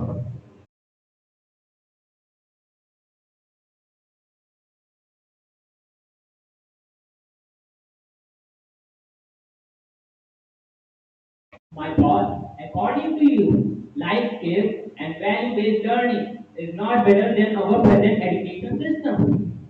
But what about those students who have better practical life skills and values than the bookish knowledge we all are acquiring?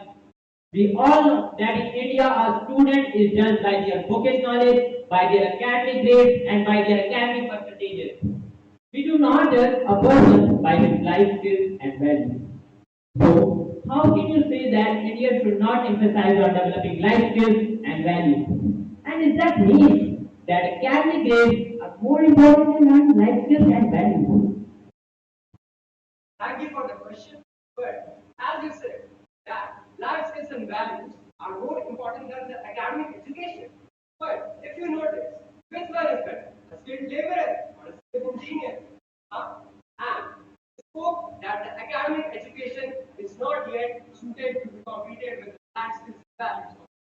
But if you carefully read the textbooks properly, you will find that the textbooks are designed in a way which enhances the curiosity and thinking capabilities of the student, which also helps development of certain life skills and values. So the balance of life skills and academic education is already equivocal in the textbook. So there is no need to improve life skills and values further. Right. It is turn of speaker speaking for the motion from team E.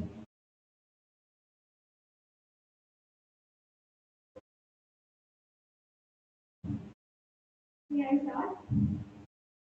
If a child can do advanced maths, speak three languages, and receive top grades, but at the same time cannot handle stress, does not know anything about conflict resolution, or manage his or her emotions, then none of the other things are going to matter.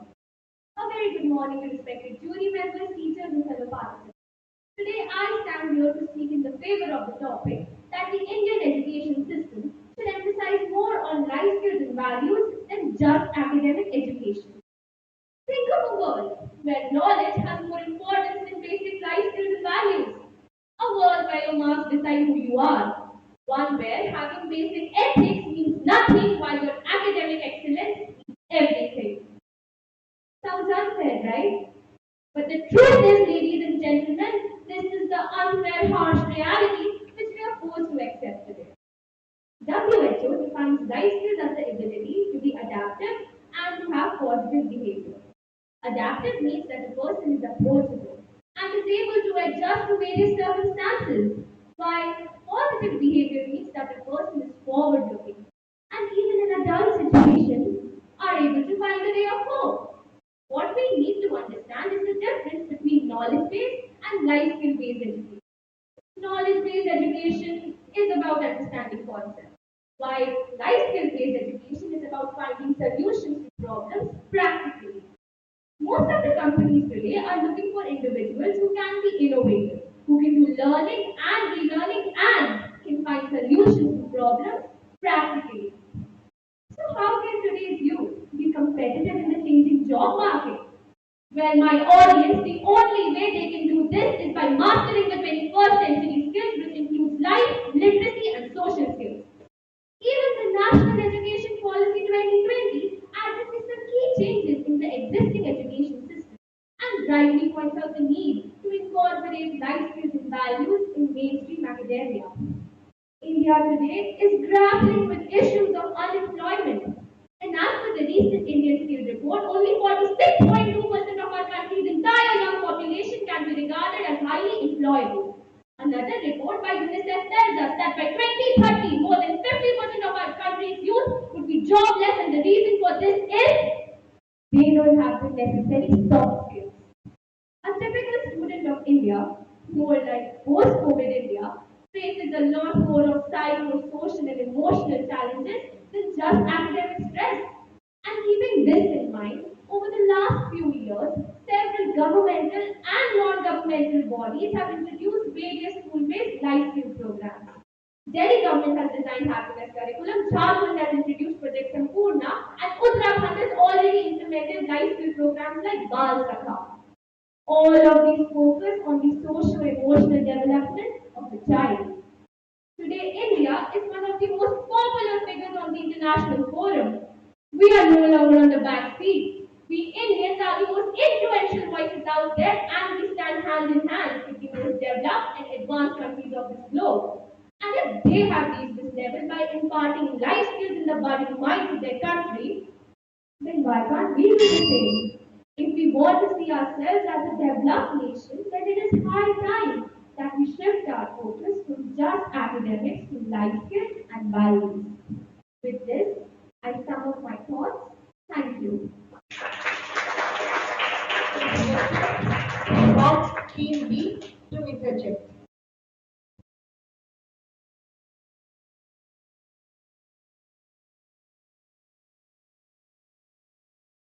Both the comments like they will try to take it here. Looking at all of our education that they did not have that all the course one. But they are found well. Maybe they learn these values.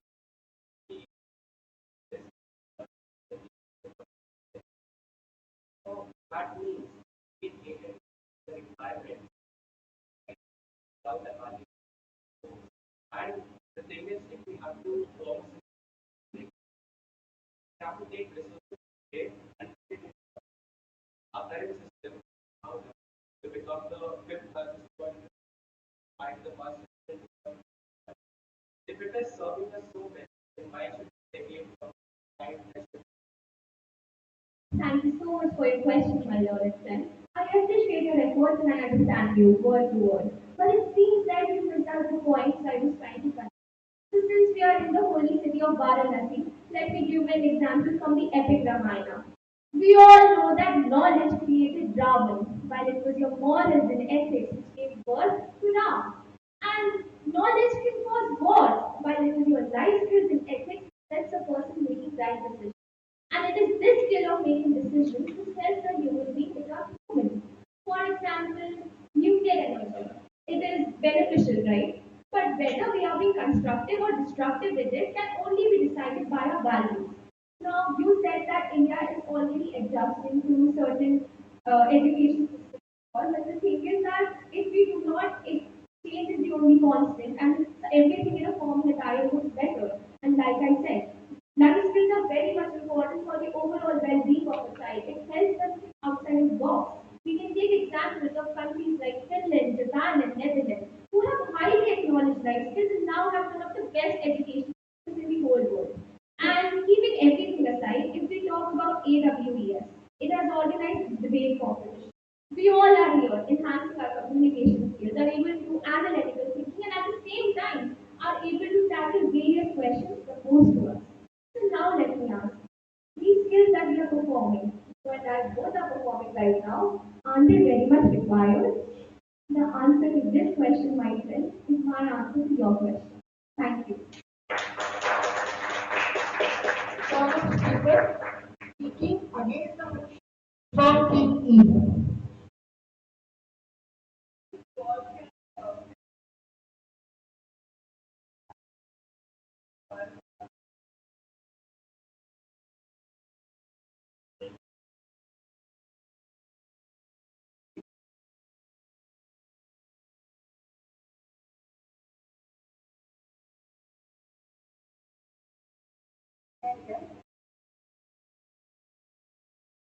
Stories are fascinating, aren't they? So let's begin with the story. One day, a child asked her mother, "Why does two come after one?" The mother replied that it is a hierarchy of numbers. The child again questioned, "But this is the same as number two. That is more important than one since it's a bigger number. So we should study it before one." This the mother placidly replied.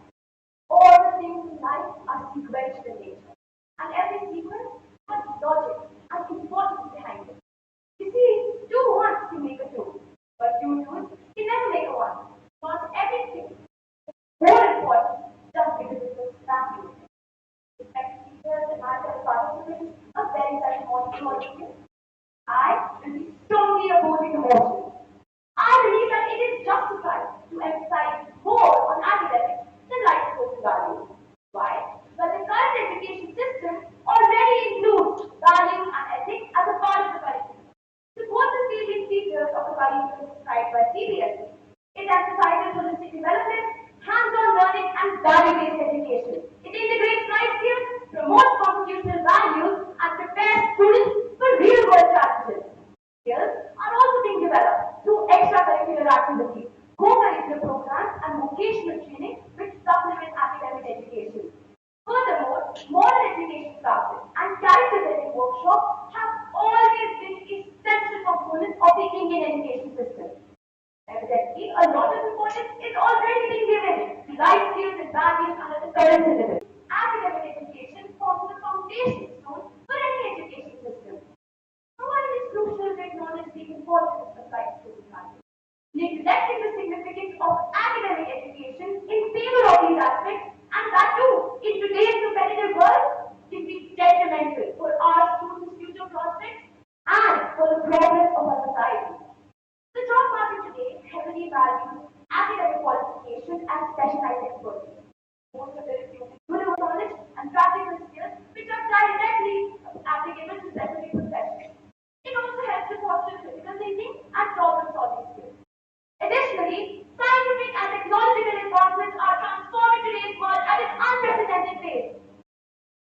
facility department so as to best prepare our students to excel both academically and personally. With that and several more thoughts. Personally spoken and throughout their speech. Yes, we need pilots to require a pattern, but that is covered by the right brother, the inventor. Question, but I completely disagree. It's simple to understand. Let me explain by taking an example. If there is concern regarding the lack of life skills in values, that is not the case at all. I believe that emphasizing on life skills and values anymore would be like painting an old house and making it look attractive so that it seems like everything is new. But the reality is that nothing has changed. And the basic structure of the house remains the same. The same is the case with our life skills and values. They aren't really something new. And after all of this, if we do lay more emphasis on them, detrimental for our students. It would draw focus away from academics and education system. And we should continue to lay more emphasis on academics. I hope that satisfies the question. Thank you and have a nice day.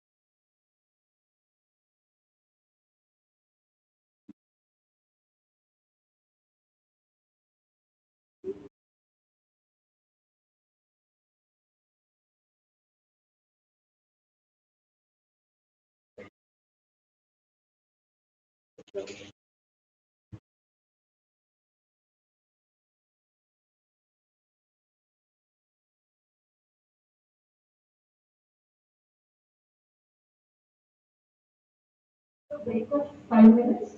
If anyone wants to use washroom, including the parcel, you can do so.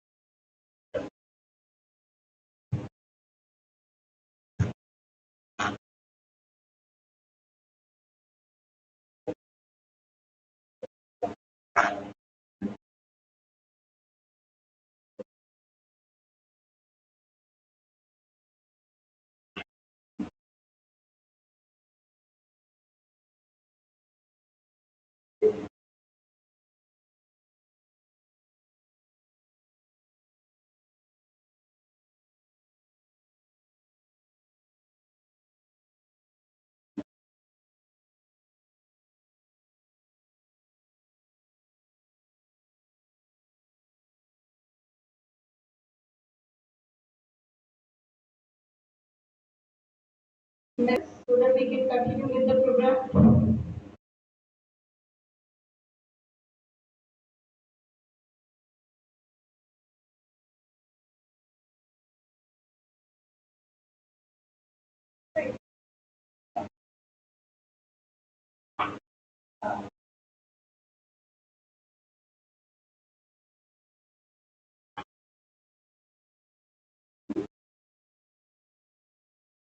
I hope all the participants are back.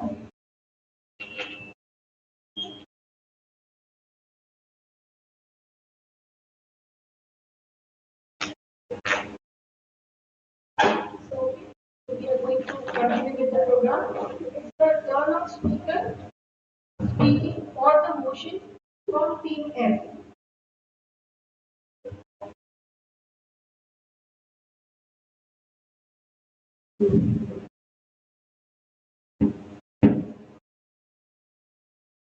Breath of fresh air that revives the soul and sunlight that illuminates the path of greatness. Good morning, ladies and gentlemen. Education is not merely the acquisition of knowledge, but while the acquisition of knowledge remains indispensable, the development of life importance in preparing the learners for the multifaceted. As George Washington Carver stated, education is the key to unlock the golden door of potential. Therefore, there is a need to redefine the contours of education and unlock the untapped potential of our future generation. A Unica data from a report by the World Economic Forum that by 2030, yes, it's 2030, competencies encompassing critical thinking and decision making shall serve as veritable synchronous of success in an ever-evolving global labor market. Annual status of education report indicates that despite high literacy rates, there is a gap in real-world application of knowledge and skills. These empirical evidences resolutely beckon us to shift our gaze towards holistic development. Behold, a repeated path illuminates the path. Extensive research conducted at the Hello Halls of chanting correlation. Students who partake in comprehensive life skills education experience an enchanting blossoming of emotional intelligence and resiliency. In a recent survey, it was found that one in every four Indians suffers from depression and suicide. The COVID-19 pandemic has exacerbated the need for life skills and value education. With switch to online learning, students are struggling with interpersonal skills and critical thinking in a world often buffeted by the storms of stress and anxiety. A student seeks the solace of gentle guidance. Life skills, akin to a vibrant hues that paint the canvas of existence. That the examination success does not necessarily mean as per a leading journal, every year almost 28 million of students study at and despite of this large young population, our country still battles with massive. What could be the reasons of this overpopulation, poverty, education? But do you know that the reasons of unemployment in India goes beyond 38% of the employers in 2019 said that they faced a major skill shortage in India. And this shows, and this left vacancies in the organizations despite of having many prospective candidates. Now this shows that we require something more than just mugging up the textbooks in order to succeed. And that vital missing link in our education process is the acquisition of the right skills, the capabilities which are going to help us to tackle the real life problems. Now, coming to the remark of many of my fellow delegates about the already existing co-curricular activities in order to enhance our skills. This no doubt are excellent, but are you not aware of the practical basketball ground of them? When did, in all these years, have we even once considered these co-curricular periods more than necessary? Not only we lose interest in them, but also feel burdened by these activities because of the whole curriculum being solely on the academic content.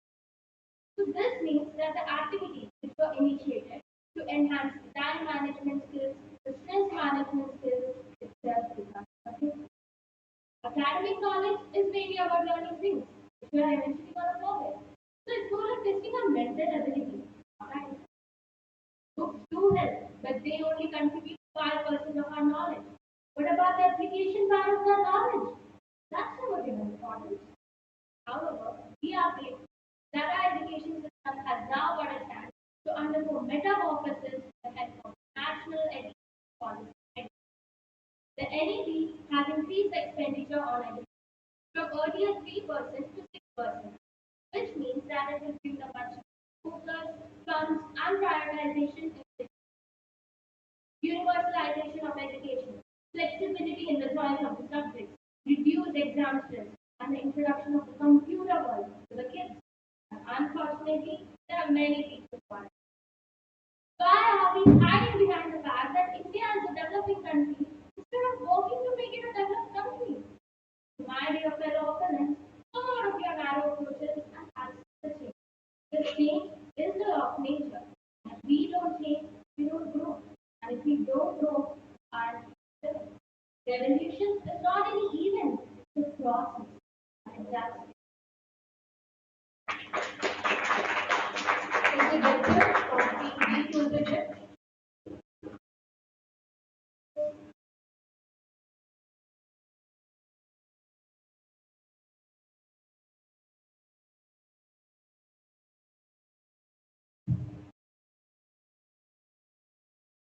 The speaker, you prepared a well-written speech, but I'll still knock you down with the kinetic energy of my words. What you said about adding life skills and values to curriculum was remarkable. But don't you think that the first and foremost priority of any academic institution is to provide academic knowledge to students? Every child needs basic education no matter what career they get into. Skills and values can be learned anywhere at any age, but schools and academic institutions are the only places where a student can gain academic knowledge. So don't you think that these institutions should not be held responsible for teaching life skills and values to students? After all, why must they divert their focus for producing more responsible and compassionate citizens who flourish in their respective fields? See, we all have got accustomed to the old British model of education till now, and we need to get out of the stagnant mindset for instilling the life skills in our students. This is a very important skill which we need because I know that at the end of the day, it is India and it is the diploma, it is the degree which matters. But you get the degree, you get everything, you get the qualification, everything, but you stand in the entire world without no skills, without how to deal with other people, without how to face the challenges in the life. These degrees are no use when you come into this situation. So, as I had already said, that revolution is not an event; it is a process, and it does require time. And this also requires time. We need to get out of this mindset and be well for sure, and it will take time. Speaker speaking against the motion from Team G.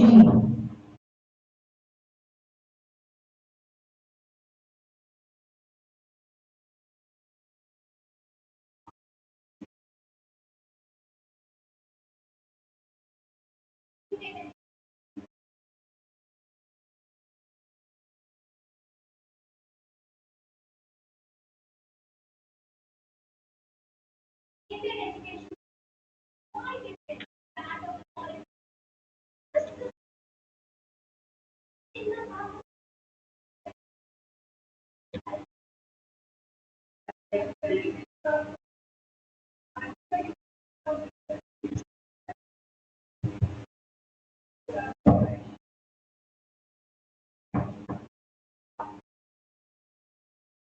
Indian education system is quite different from that of the foreign nation. This system is beautifully giving enough emphasis on the co-curricular activities which help a student develop his personality and work upon his needs. The best example of which would be this debate competition itself. An Oscar morning respected, you remember? I'm in Indian and all my dear friends. I'm standing in front of you all to speak against the motion. Yes, I firmly believe that India should continue focusing on the academic learning. As academic achievement, help a student develop strong work ethics. Getting good grades in the school can help a student develop important life skills such as time management, discipline, organization. These life skills will be useful to them in their personal and professional life. Academic achievement can lead to better job opportunities. So to those who disagree with me, while I respect their point of view, but I would like to ask them all, is introduction to life skills and value-based learning possible in a developing country like India, where 30% of the population still lives below poverty line? The Indian government is not able to provide basic amenities to many parts of the country, and yet it's aimed to develop coding in class. Now, isn't that dating? It might sound easy to us as we all study in a prestigious school like RT public school. But what about those 1.5 million schools? Private education system. How does the government plan on training its teachers across such a big country? During COVID-19, 56% of students they did have access to online mode of learning. While I agree that it is important for every one of us to have important life skills and values. I also agree that one cannot inculcate these values into someone by just reading stories to them or grading them on a scale of 1 to 10. These are something that will learn with time and experience. India has given birth to many geniuses. To name a few, CEO of Google, Sundar Pichai, and CEO of Microsoft, Satya Nadella. Their opponent has only been able to achieve this by carefully formulating a system which focuses on giving in-depth knowledge of every core subject to its students. Besides conducting examination each year, doesn't only demolishes our academic knowledge, but also teaches us two of the most important life skills required to survive in the real world: discipline and time management. To conclude, I would say India should adopt an example of Japan, where students not only sweep, mop, clean, do testing of the classroom, but also serve lunch and do cleanup after the lunch time. And do cleanup after the lunch time. So, the Japan is not only integrating its values with students by doing all these life skills, but also making them practical and a responsible citizens. This way, Japan is not only inculcating its values and skills into its children, but also making sure not to divert its focus on academics. Thank you. From Team D to interject.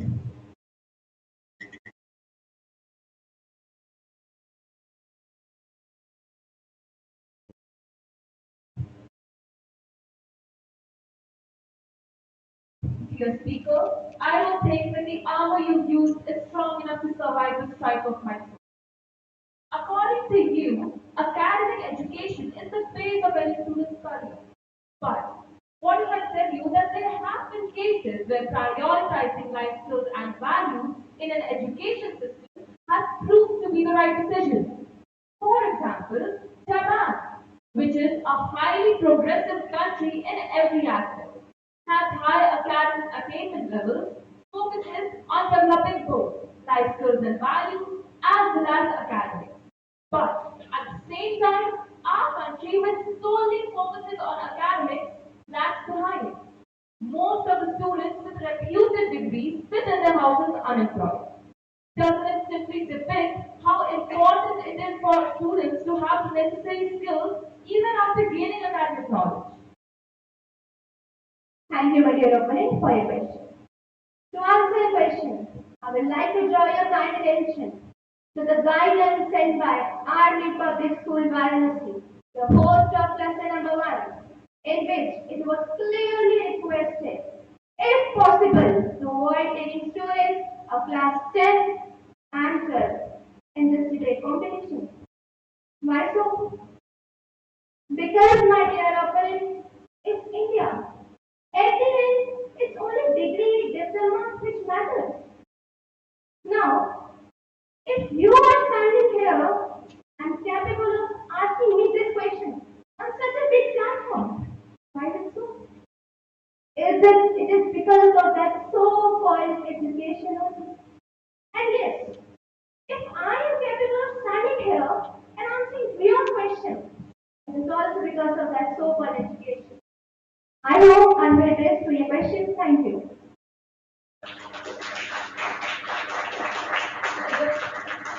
Speaker speaking for the motion from Team H.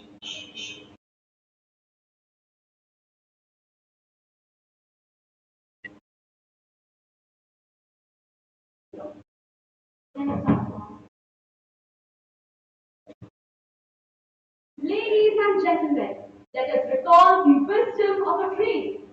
No tree, it is said, can grow to heaven unless its root reach down to hell. And it is in the roots, not the branches, where a tree's greatest strength lies.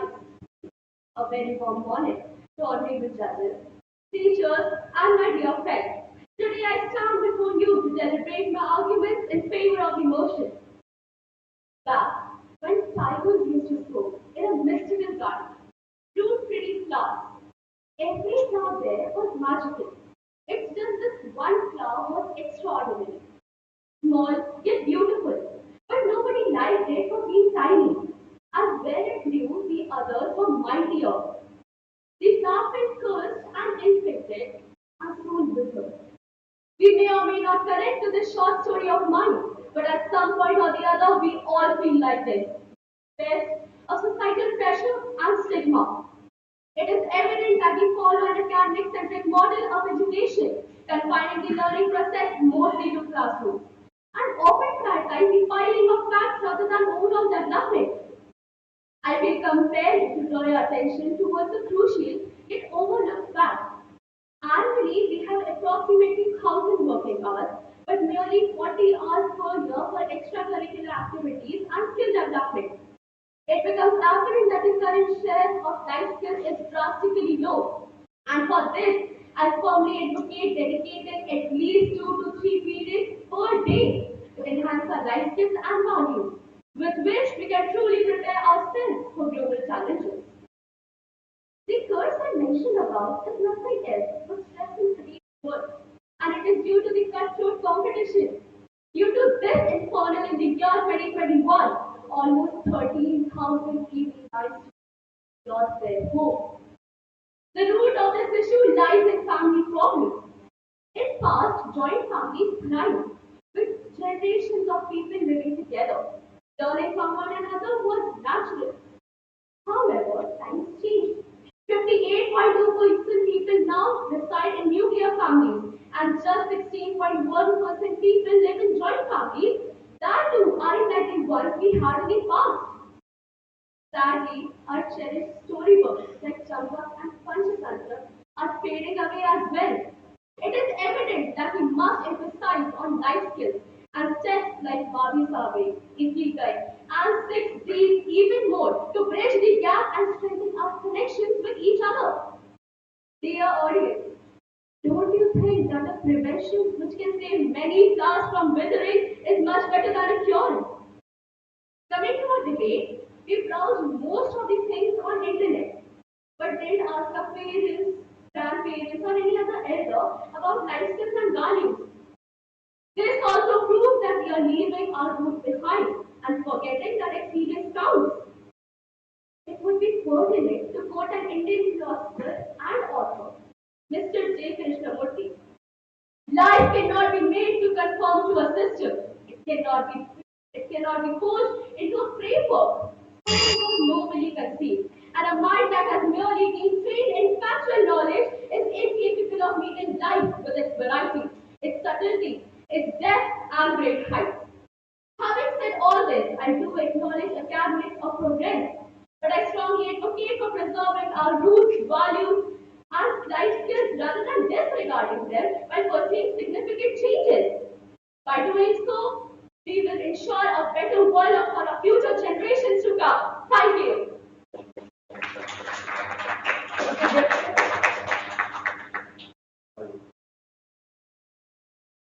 Interjective from Team E to interject. I understand the argument you try to make. As we all know, national education policy is crucial for the skills and values in us. However, I am still concerned about a significant detail. Reference to NEP 2020 clause 8.3. The current regulatory regime has not been able to curb the rapid commercialization and economic exploitation of parents at the many private schools. There is fundamental asymmetry between the private and public schools. How can we ensure we will not hinder the execution of life skills and values given in the NEP 2020? I always end up blaming us and the society, and today I will do the same. Thank you for your question, dear interjector. We form this society and we are responsible for it. A major difference between government schools and private schools are there, and it is because we made it. It did come on its own. We were responsible for it. Also, we all agree to the fact that good things take time. And similarly, this will also take time. We will have to give it time. And since people are becoming more and more aware with each day passing, why not take steps towards bringing private schools and government schools together?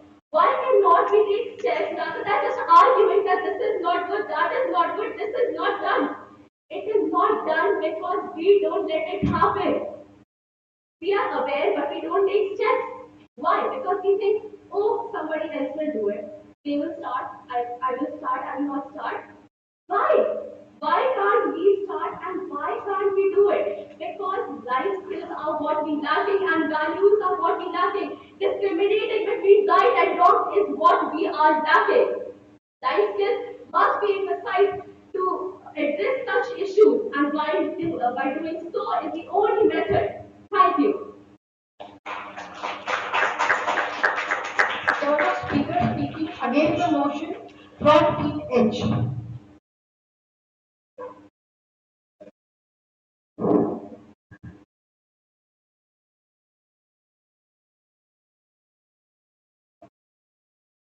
Steering its way from the Intra center to the backside of the highest denomination currency note India has seen in the recent times, with a modest budget of just rupees 400 crores, which is a mere fraction of the Maven's expenditure of rupees 4,500 crores, we successfully conquered the red damage on our inaugural attempt. This monumental feat, celebrated as the pride of Asia, even by China, stands a testament to the progress of our academic and technological endeavors. A very pleasant morning to the honorable jury members, beloved teachers, and my dear friends. It is with this remarkable achievement that I begin to explore this notion from the analytical perspective. Let us set on a voyage across a few ports, the light purpose of which focus on why maintaining the current emphasis on academic subjects is crucial for the progress of our nation. It is all because of the Indian education system's unwavering commitment to academic success that our students are now shining on a worldwide scale, constantly bringing knowledge to the nation on diverse international platforms. We have nurtured a skilled workforce capable of fostering technological growth and innovation, mainly by emphasizing the mathematical, scientific, and linguistic disciplines. It is evident that remarkable results from our focus on STEM education have propelled the nation to the forefront of the global IT sector, marking a dawn for the businesses like Wipro, Tech Mahindra, and TCS, which have now become industry leaders. Our disclaimer to you is, by emphasizing more on life skills and value education, we risk diverting the emphasis as well as attention away from these essential subjects, which can adversely jeopardize our global competency. Thinking ahead, I just authorship of our education system struggling to stay afloat as it has been piloted by the issues such as the lack of essential amenities, including sanitation, electricity, and well-equipped libraries, as mentioned in the Annual Journal of Education Report 2020. In such circumstances, it is paramount to put infrastructure and educational quality improvement ahead of allocating the whole emphasis to life skills and values. As the beautiful tides pass by, the patriotic instincts of my inner self vigorously drive me to accentuate the fact that our nation aspires to be the wish. Well, sounds good. History is a testimony that our country is actually one of the leading civilizations of the world, already giving the skills and values put in it. Not only this, one of the things that attract the world's leading businesses and students the most is the pool of educated people who are quoted enough to do wonders in the research and academic spectrum. The educational position of India in the world is, however, not good enough, at least from the viewpoint of becoming the wish. Let me guide your attention to the US World University Ranking 2023. India does not have a single institution in the top 100 and a meager 3 in the top 200. Forgive me for gathering my sound critical, but this data shows that for India to head towards the accomplishable idea of becoming the Vishnu, there is an imperative need to continue or rather increase the focus on the academy at the school as well as higher levels. As we reach the final hour, I must say, developing life skills and values is a shared obligation that shouldn't fall primarily on the shoulders of schools, thus maintaining the crucial link between home and school. Integrity, reverence for others, and candor are the life skills and values that require the cooperation of parents and society for achieving the wider horizons of excellence. Elucidating my plans, it is not a matter of disregarding the life skills and values, but striking a harmonious chord between academic rigor and life skills education, which can consequently ensure holistic development among our students. With this optimistic perspective, I rest my deliberations metaphorically, securing the answer of hardship. Thank you.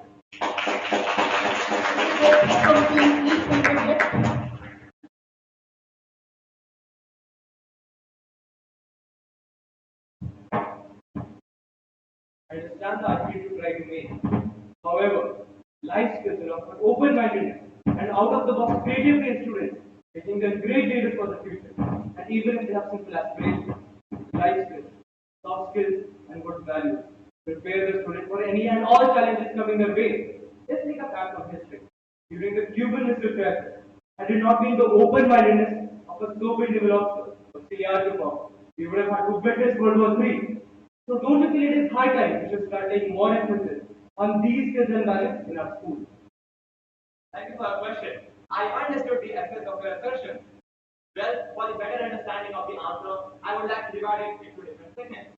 The very first one being, as we stated that the morals and the life skills and values are extremely important in the individual's life. Indeed, they are. And the life skills and values, they are integrated in our education system since the time immemorial.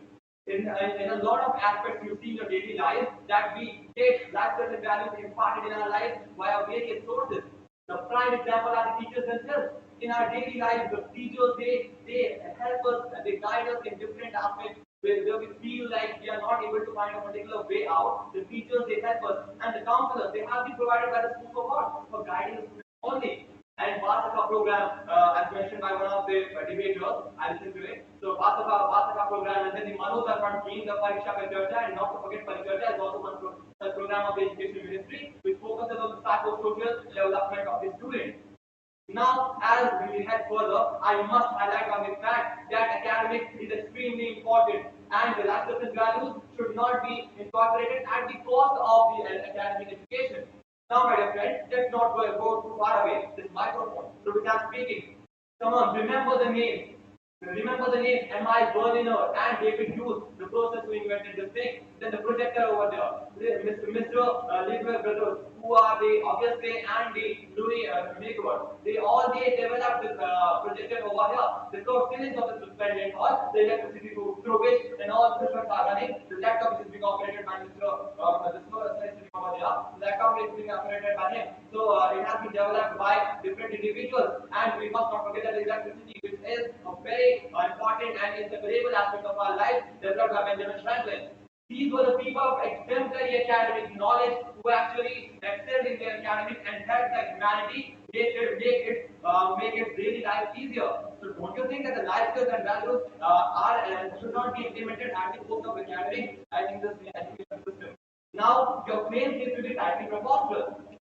I can say this by focusing on the aspect that the life skills and values, they are very much integrated in our education system. They interact with the group, and till the date, there are a lot of aspects through which we encounter such events which help us incorporate such skills in our life. I hope I've answered the question. Thank you. Finally, the third of team I. First, we have the speaker speaking all the motion from team I.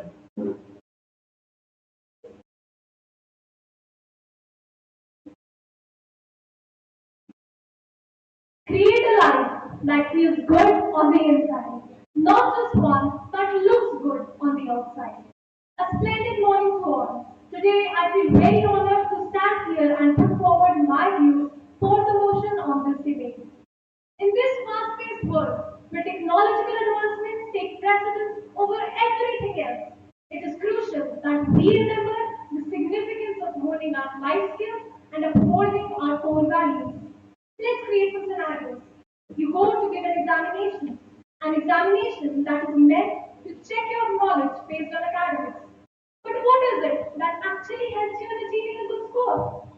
It's your determination, your hard work, your coping mechanism, honesty. That is skill and that is value. Let's move to the sports arena. The technique, the rules are academics, but the hard work for mastering the game, the teamwork and the sportsmanship is actually what makes a winner. 28 September 2019, World Athletics Championship. It was a heartwarming end to the opening heat of men's 5,000 meter as distressed Bugsy near collapse was rescued on the final lap by Tabo and sent home. They did not win medals, no, but they won the hearts of thousands of spectators. During a war, the techniques, the rules are academics. But what is it that a soldier actually fights with? Is it the gun? No. Is it the tank? Again, a big no. It's the mental toughness, the courage, the sacrifice for his countrymen that leads him. Oscar Wilde has written, education is an admirable thing, but it is well to remember from time to time that nothing that is worth knowing can be taught. He thus implies that enhancing life skills and values holds far more importance than just externally imposed knowledge. Look around. What do you find? Dishonesty, infidelity, corruption, pollution, a result of years and years of immoral behavior. We could not have agreed more with what Mahatma Gandhi said. When you give education without moral values, you give a monster to the society. Yes, yes, we have become more educated. But what is the use of all that knowledge if it lacks the values of integrity, sensitivity, compassion? Jonas Salk, a virologist, developed the first polio vaccination. But he refused. He refused to patent his vaccine to ensure free use and supply. Likewise, during the pandemic, India refused to patent the vaccination so that it could be used freely in the world. Their academic education gave them the potential to make the medicine. But what actually made a difference in the world, in the condition that we are living in today, is their ethical values. Doctors and lawyers spend 5 years of their life in college to attain academic education. But a successful career does not come with only a degree. It comes with a skill. Skills like communication, management, thinking skills, social skills, among many others. It's the skills that sustains a farmer, a shopkeeper, a common vendor, musician, choreographer, among many others. Skills that each person should possess. Remember that while academics provide knowledge and intellectual growth, life skills are invaluable in applying that knowledge practically and succeeding in real life scenarios. Thank you. Interjector from team G to interject.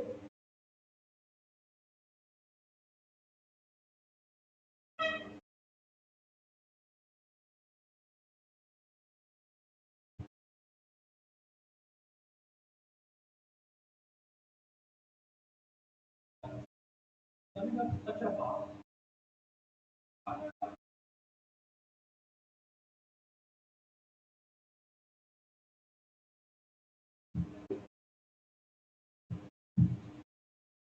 very well presented.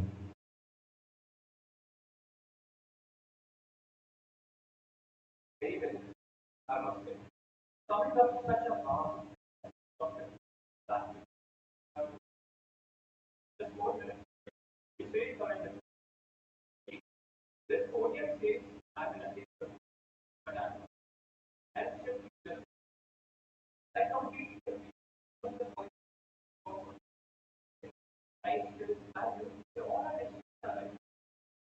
Whether what to add or add a packet, the medium decision making is often handled more by rather than someone.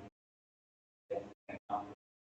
Sex education is the topic often considered an immoral, especially with the edges of the subject.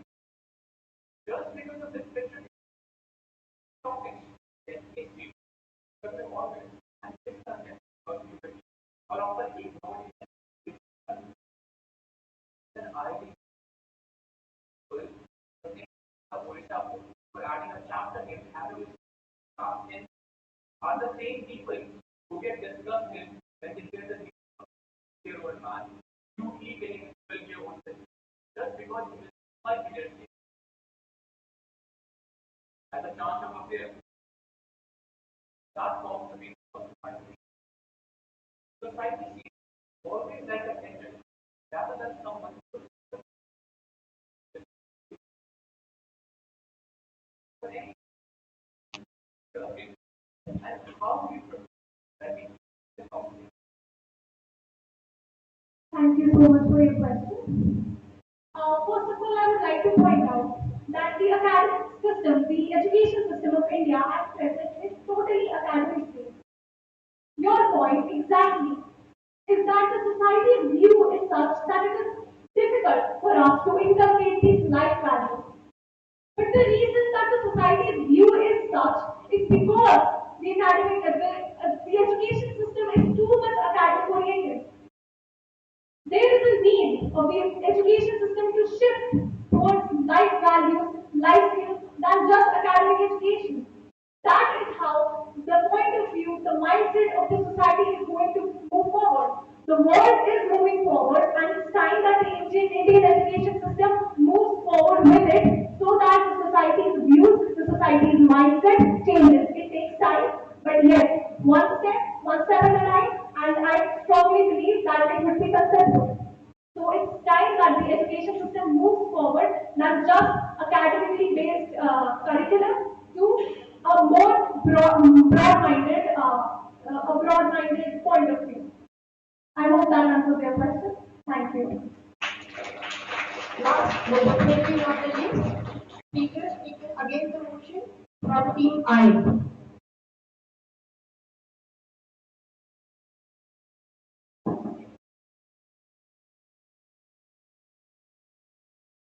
In the words of Michelle Obama, the ability to read, write, and analyze, the confidence to stand up and speak with justice and equality, the qualifications and connections to get your foot in the door. All of this starts with education. A very good morning to Mother Lord present here. Today, I feel highly privileged to radiate towards my views against the motion of our topic. Learning has always been an integral part of our life. From the need to learn springs the field of education. What needs to be taught and when, what needs to be spoken and how, are the basic aspects that are decided through the system. Education from a long time has been a medium for us to learn and survey. My working opponents have highlighted that skills and values have led us to where we are. But just imagine your life without knowing the fundamentals of mathematics and science. How are you going to comprehend the marvels of technology, medical advancements, or even the basic principles that underline your daily life? How are you going to deal with the changing world? To all this curiosity and all these hows, science skills and value education doesn't give an answer, but yes, academics do. Now, what does education mean? Is it just a highway to success? No. Life itself is a teacher and educates us with all the lessons in values and skills. It's really necessary to understand that applications of skills are limited without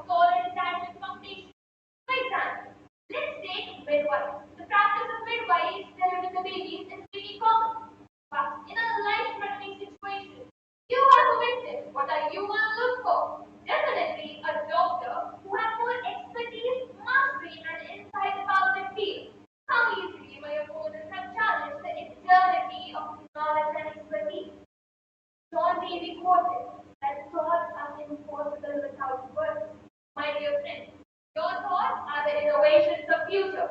And to create these thoughts into reality, academic education must be imperative.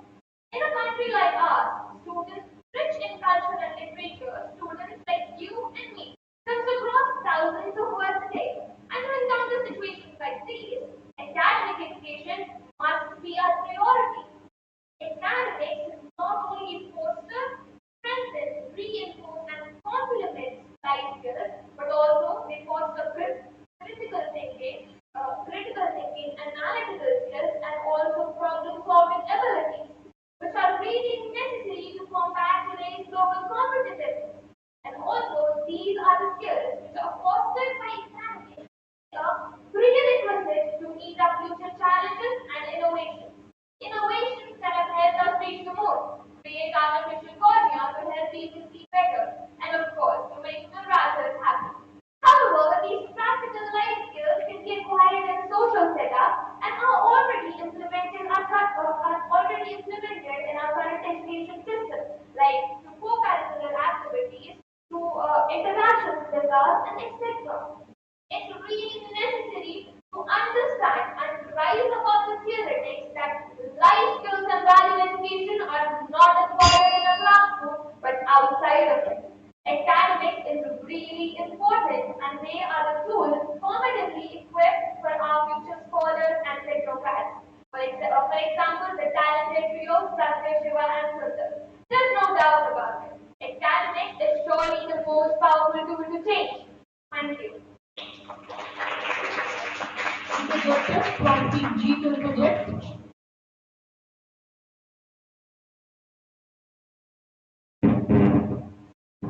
Well presented. Now it takes some good starting point and I really appreciate it. Very good. So the education system has its time to change. Thomas Garvin, so called father of our education system. In one of his books, A Minute on Indian Education, he wrote, I wrote, it says, I believe, for examination is that all the information which has been written from all the books which are in Sanskrit language is far less valuable than what we found in the most fancy of it. A self-superiority complex over a pursuit of it. Although several amendments have been made, but it's the father of our education, one of which one of our enemies who wanted nothing against but they wanted easy, what in fact do what they are told to and not get things happen nowadays. Do we really think this might follow the path we have such Thank you for your question. But I would like to disagree with you. At some point, the father of our education system, it said that there were some intentions behind this education system being proposed. But let's go back to the golden bird, when India was the golden bird, let's go back then. When education system was based on academics, values were mirrored by the teachers and all. But that is the system which is being brought by the new education policy now. Here, life skills and value education are instilled to the academics. That means to say that academics hold much importance than life skills, value.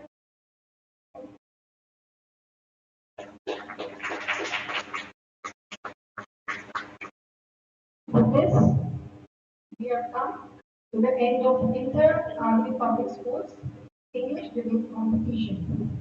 Indeed, each and every participant was an excellent orator, winning the competition, leaving even the judges in dilemma.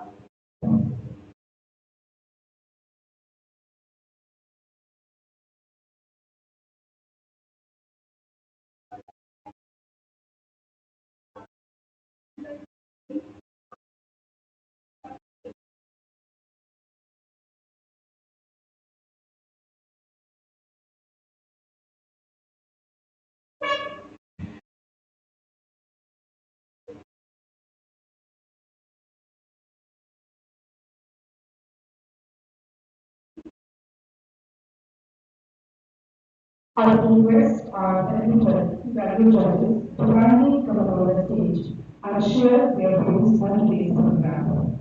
First, I would invite Amati Nagara ma'am to share her views.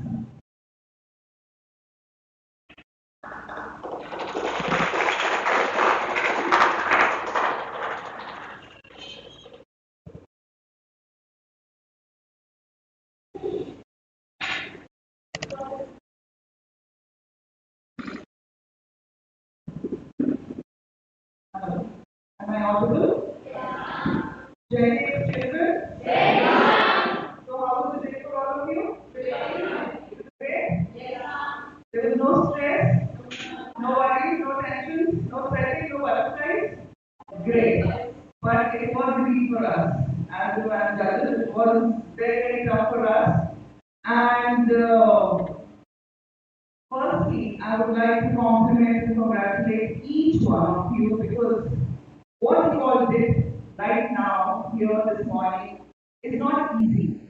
I mean, I don't see anybody from my generation. I don't see myself as a school child, as a 8th, 9th, 10th, or 11th, 12th grader, coming up on the stage so confidently and speaking so fluently, giving your expressions, your thoughts, your views so comfortably and so clearly, and on the hindsight also answering the interjector, which is commendable. And I would please request all of you to please give a huge round of applause to all the participants out here.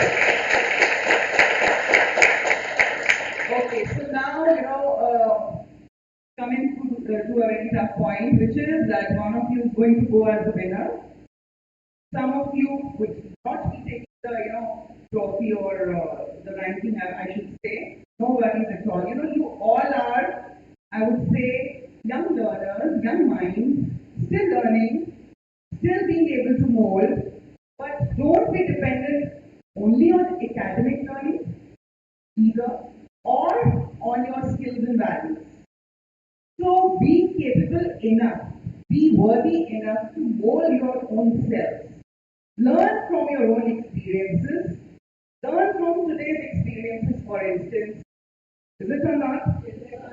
If there were any mistakes, go back, rectify, come back more prepared. That is what your learning has to be. Now, there are two ways to be. Either you be a part of crowd, भीड़ का हिस्सा बनिए और खो जाइए, मत रहिए.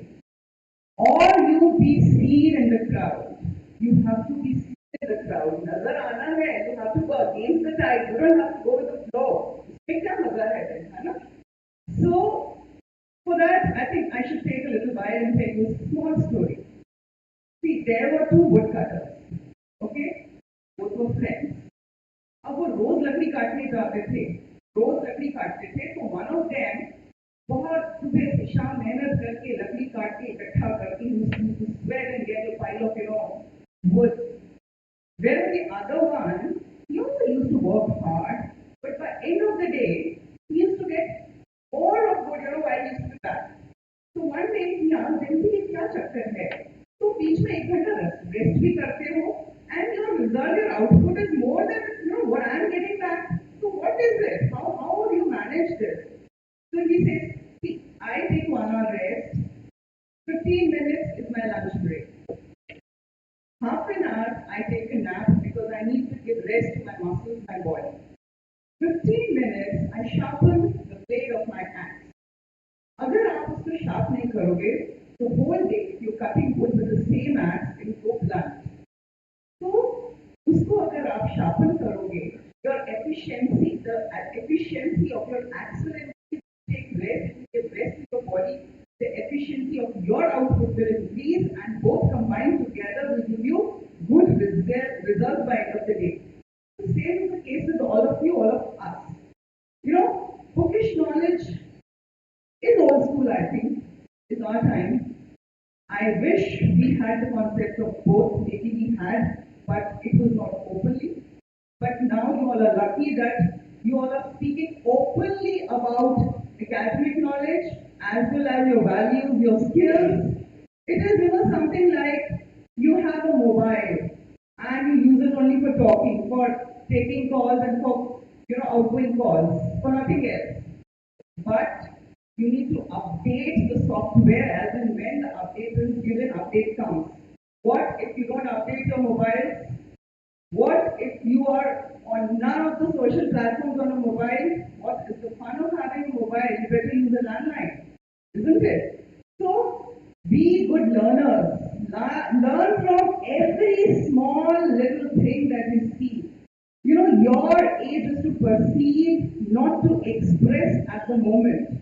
That time will come when be equipped so well. Your perception should be so well.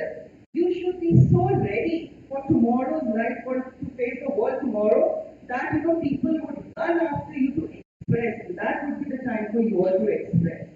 So, God bless you all and good luck to all of you. Best wishes. I don't know what the results is going to be, but once again, you all were very, very, very good. Good morning and Jai Hind. Thank you, ma'am. I request Principal Ma'am to honor Amarjeet Ma'am with a memento as a token of respect and appreciation for the time and valuable inputs she has shared with us all.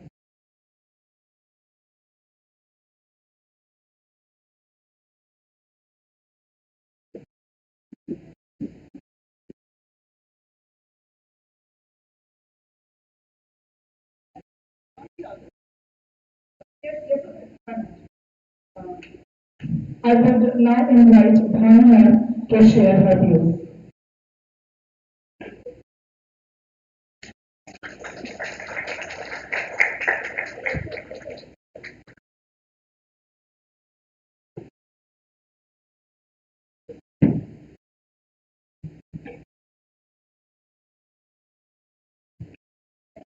Am I audible? Very good afternoon.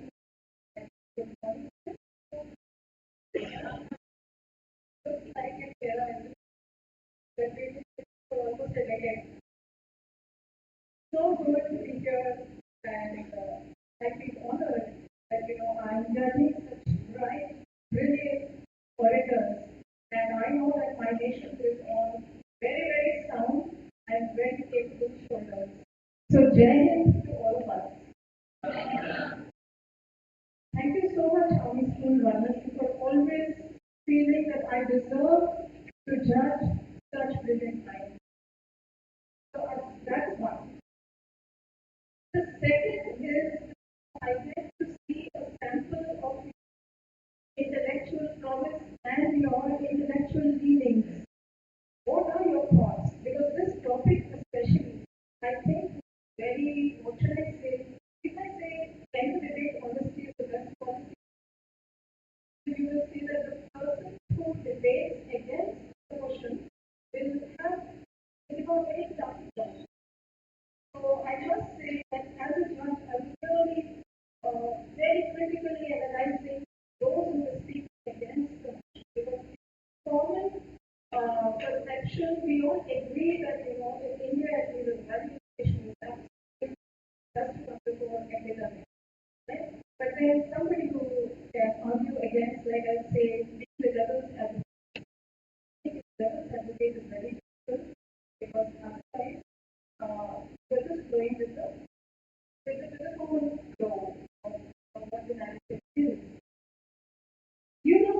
That in debate, it should not be, I'll come to the element of technicality of what debate is. Okay.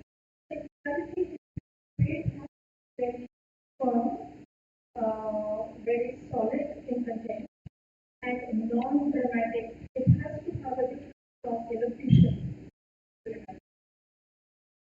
In elocution, you show so much of emotion, but then in debate, please for the future, all those teachers who are mentoring the students, please understand that we are not dramatic.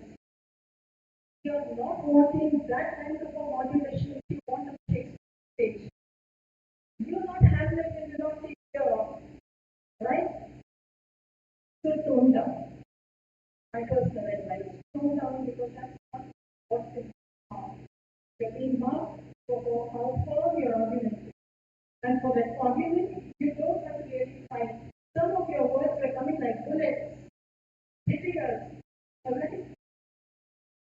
and avoid that.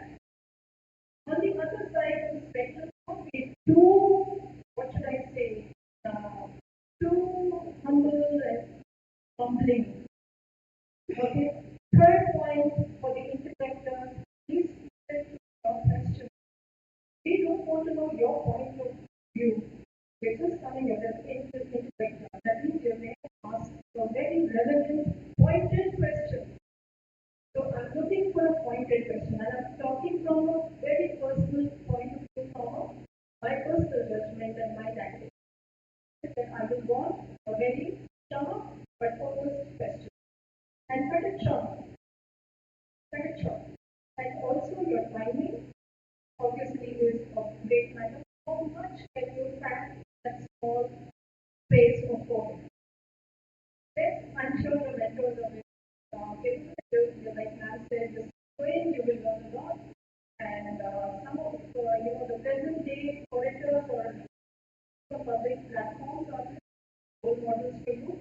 One for me is Jay Saimeter, whom I very help because he packs so much of information with such clarity and such conviction and correct words that I will say one of your role models. Whether you agree with them or not, but at least the level you can have confidence and as clear. I'll take a few more minutes to what actually debate is that we in India, we're fortunate that we have a huge legacy of debate and discourse. We have our Upanishads, our Vedas, our ancient scriptures, starting with debate and slowly questioning. Anybody who says democracy is dying, I'll say, look at this. Look at the section of my society who are encouraged to question. And this is what I get from my ancestors. In your homes, you're never asked not to question. Gargi and, Yeshivasya start the Brihadaranya Upanishad with Gargi questioning, a woman questioning, whoever says feminism is dead here. It's only that we've forgotten. That in the education system that was preceding us all these years, for the last maybe 200 years or 300 years, we were not emphasized on this promise that you could question and a woman could question and the whole text would start with the questioning of that woman. Right? And don't forget that very close to Kashi, you have Adi Shankaracharya coming all the way from Kerala, going up to, Kashmir, doing what? Questioning and debating. He didn't also by sword. And remember, it's not just knowledge, it is wisdom.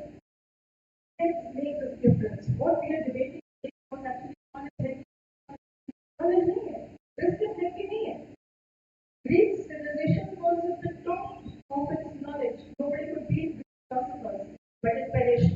You and I are still Indian civilization. Indian civilization is still vibrant. Why? Because we did not have knowledge, we had wisdom. And we knew how to be humble. Humility is something that we have learned. It's in our DNA.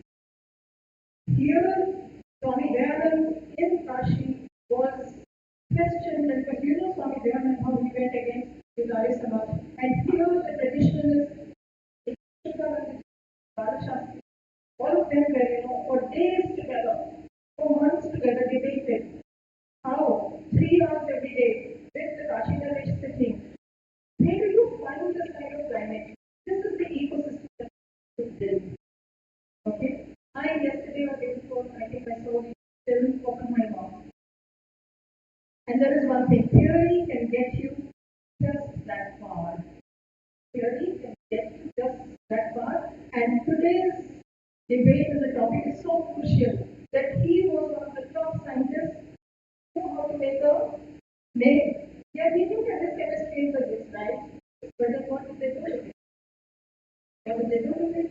They dropped it. That's the moral dilemma that we're facing. That whole movie is about the skills and the values that you back your minds. That is why we are Vasudhaiva Kutumbakam. Others, the best is reading against this I, me, myself. Because they're very advanced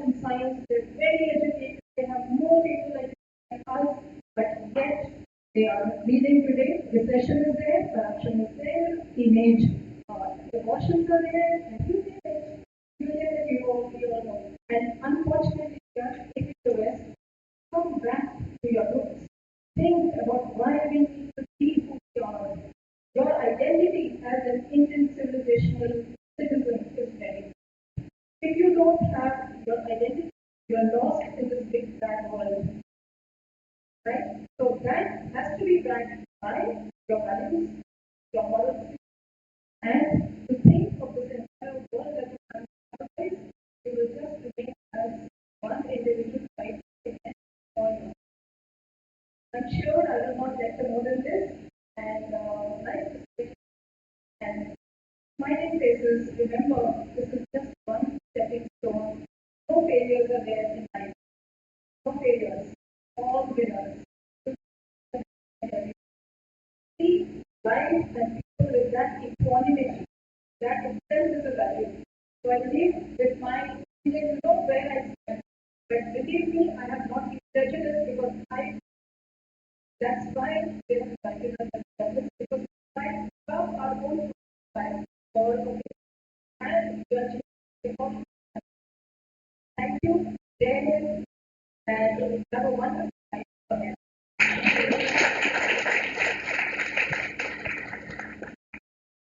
Thank you, ma'am. Thank you, ma'am, for your honest opinion. Now I can invite Barrister Publice to share his views.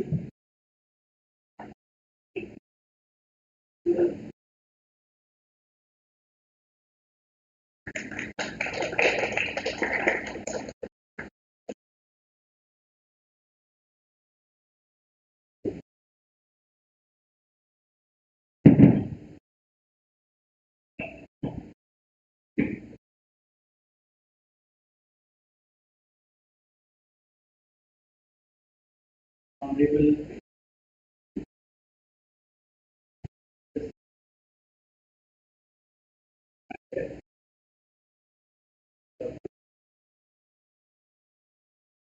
Honorable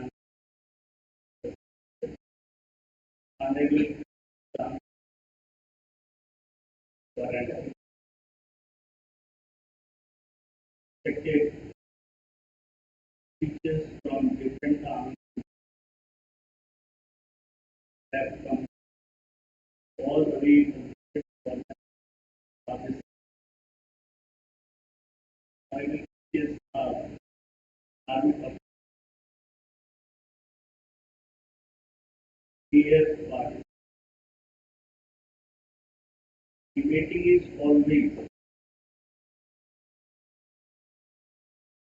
a skill in it, and you people have been focusing on skill language. So will be comprehensively key. But before that, I would acknowledge charity of which participate. Family Varnika Istima. So you people have done your job. This is getting ready. Nobody has it. And who is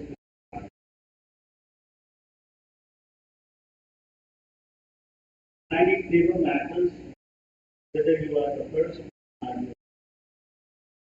It always matters with which spirit you are in any actually purpose different. It was very nice and steady feel, giving out your 100%. So I'll request all the participants to clap for yourself.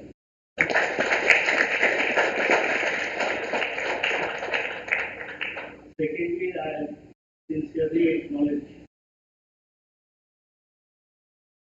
the trust and belief in Municipal Army Varnasi has posed in the region. It is very difficult to decide because this is a very type of field and it has such a huge, voluminous and enormous context that seeking out the entire content within 4 minutes is Herculean task. It is not possible. For the teachers, it's not possible. For the principals, it's not possible. It is possible only to the participants because they have to go between the lines and they have to read. Otherwise, there is a. This is very topic, and I think it's a very popular topic. Wherever you go, this debate is continuing since time immemorial. Knowledge, information, skill, values, values, ethics. So why is there a contradiction between all these? Why?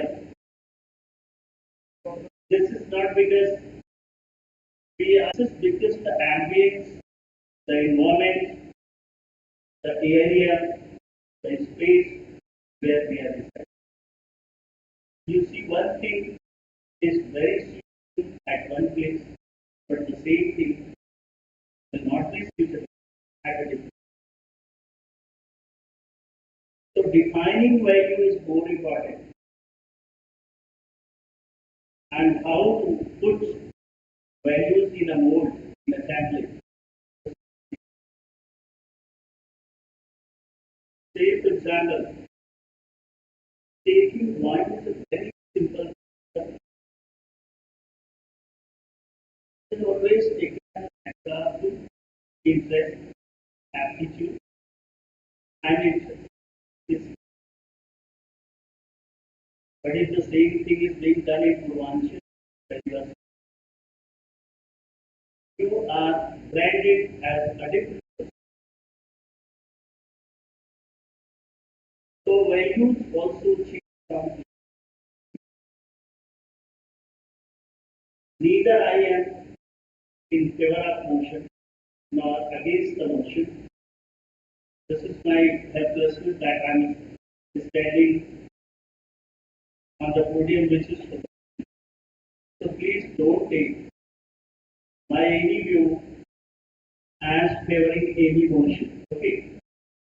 I'm just giving my outlook, my point of view on the things. If we all consider the things systematically, we'll find that a proper blend of academics and values will serve the purpose. And this will be as per the requirement of the society. If the values are so lofty, are so impracticable for a particular society, I am sure that people are not. I am sure that the people are not walked down that path. These values were created to the welfare of society. There are certain values which have become obsolete, old and hackneyed. Even after that, we are insisting on those values. And gradually, what happens, those values convert into stigma, taboos, conservatism. So, we are required to have a proper blend of academics, skills, and values for the growth of nation. What is the National Education Policy 2020? That we have to produce in these contributing and productive systems. So the target is there, and accordingly we have to carve out our TLUs. targeted learning outcome. Where is the target? To produce engaged, contributing, and productive in the next 6 or 10 years. You are going to be how productive you are going to be, how engaged you are going to be, and how contributing you are going to be. Engaged serves for academics. Productive serves for academics. But contributing, it serves for what? Values, morality, ethics. So if you are contributing, you are following the path of values. See, I'll give you some examples. There was a farmer. His son was sent a very good engineering college. And he got very good percentile in his bachelor of technology. But then all of a sudden he came home on vacation. And the farmer was irrigating his field. His son went there in the fields. The water was passing through him, made of mud and soil. And all of a sudden water started leaking from one of the. Now see what happened. That technology graduate, he started taking measurement of the portion of soil which was removed with the flow of water and started pulling out chunk from the soil to plug that. During the process of pulling out the chunk of soil, the hole which was created, it used to enlarge, and ultimately that BTech student could not be able to plug the flow of water. Ultimately, he was unsuccessful. What does this story tell? Even if you are having the knowledge only, the information only, if you are not having the skill, what is going to happen? You are going to be successful, but you are not going to put your foot on the ground. You are not associating your knowledge and information with experiential learning. You are not going to be practically successful. You must be familiar with one of the notorious names, Osama bin Laden. Okay? Do you know? He was a bachelor BTech from Massachusetts Institute of Technology in mechanical engineering. What? In mechanical engineering. And the academics, the knowledge, the information, whatever he got, did not have the sensor of values on it. So ultimately, which way he led to? It is known to one and all. Similarly, you see one of the episodes of Sundarkand Ramcharan. When Meghnad came to have a fight against Lord Hanuman, what happened? He started using all the powers and all. But every power was made futile by Lord Hanuman. Ultimately, what did he do?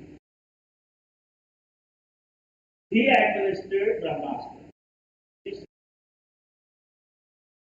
In spite of having the knowledge of shattering that Brahmastra, what did Lord Hanuman do? Yeah, that was value. That was morality. That was censor. He accepted with proper humility and he got tied up. So this is another example wherein we should always have a sense of value and morality and our life. You take the example of simple example of kitchen knife. If it is used with skill and it is papered with values, it is helpful in your game. It will prepare you tasty what vegetable. On the other hand, you stop the skills, stop the values. What will happen? The same kitchen knife can be used as a weapon, and you can do whatever you want. So, values relate to virtues. One, aptitude. Second, lofty ideas. Third, papered with understanding or creating an efficient person. If virtues are there, if you have proper aptitude, and you are connected with what lofty ideals, and you want to be an efficient personality, you are advised to follow of your society. You see, we are not following the value system which is prevalent in our country. We are aping the culture of the Western country. So we are aping that, but we are not peppering it with the values. So what is happening? There are 6 members in the house, and all the 6 members are having 6 iPhones, Android phones, smartphones. All these 6 people are working as 6 entities in the same house, and they don't have time for one app. They don't have time for one app. This is the extreme use of noise. And it was rightly said by the earlier speakers and the earlier listeners. The students, particularly during their school life, which creates the foundation stone for their personality, they are distracting themselves too much with the addictive use of what? Mobile. We don't have a check. And how can we check it? We can check if we are exercising, if we are walking down the path of morality, if we are acknowledging the rules and regulations formed by society. You see, what are the values? The rules and regulations which are formed to run the society in such a way that nobody has any problem living in that society and everybody goes ahead, progresses ahead, succeeds, and have proper space to. That is why the rules and regulations are there. So, in short, you see, this topic actually should not be a topic of debate. This is my frank. It should not be a topic of debate because this is not a controversial topic. This is not a controversial topic. Debate is also in this topic. This we have to accept, and we have been accepting since the century. We always give the driver's seat to the value. Education begins only with the values, you see. What happens when you go to your nursery classes? Are you taught the theorem? Did you study the Bernoulli's theorem in your nursery classes? No. The teacher there teaches you values, how to say good morning, how to say thank you, how to say please, So your knowledge, your academics, it starts with what? Imparting values, inculcating values, how to walk down, how to eat, how to use washroom, how to walk down on the road, how to speak. These are the little points which are inculcated in the personality of the children when they walk down to the nursery. So which is first? Values are the first. They are in the driver's seat. And academics is there. You see, one very good example was put forth before us of a doctor who killed 200 patients. Having a lot of knowledge on pharmacopoeia and all, but did not have the sense of morality, value, and what happened? He became a killer, addictive, habitual killer. So there should always be what? A sensor of on the academic. Knowledge is a big word, knowledge is power. So the debates used to take place. Mythological debates. People used to win and lose in the debate. But gradually what happened? We started making this society desirable, acceptable to one and all. We stopped the hierarchy. This is the upper rung of the society. This is the lower rung of the society. This is the middle rung of the society. Now we are living in a country which is a people welfaring state. So the rules started changing. The values started changing. In the beginning, it was mandatory for every disciple to put the book and to touch the feet. Is it so? Now, some of you must not be saying good morning to your teachers in proper way.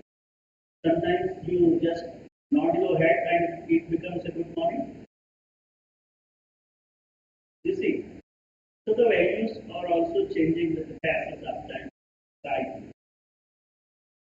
And we have to keep a good pace with that. Otherwise, we will be branded as what? That is why this contention is coming out. This controversy is coming out. Otherwise, there is no dispute that there should always be a sense of values and morality on academic. If you are studying all the 18 hours of the day, except those 6 hours when you sleep, and you are not studying proper literature, what is going to happen? You are going to what? Deviate. You are getting knowledge, a lot of knowledge. But then that knowledge is useless because you are not studying the proper literature, proper subject, proper knowledge, getting. And ultimately, it is sure to spoil, to damage your person. So, dear participants, there are a lot of things that I can share with you. But there is again a sense of value of time, and we also that I cannot answer this speech for a very long time.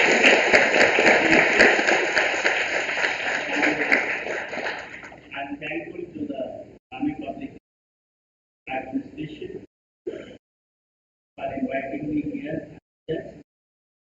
And having me the pleasure of having a very nice company of the students and judges. Thank you very much. Thank you very much, sir.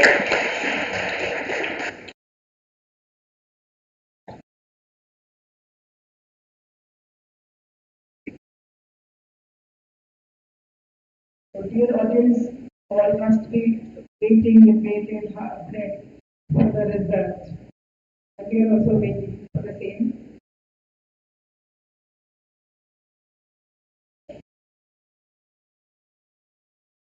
Waiting for the final score sheet.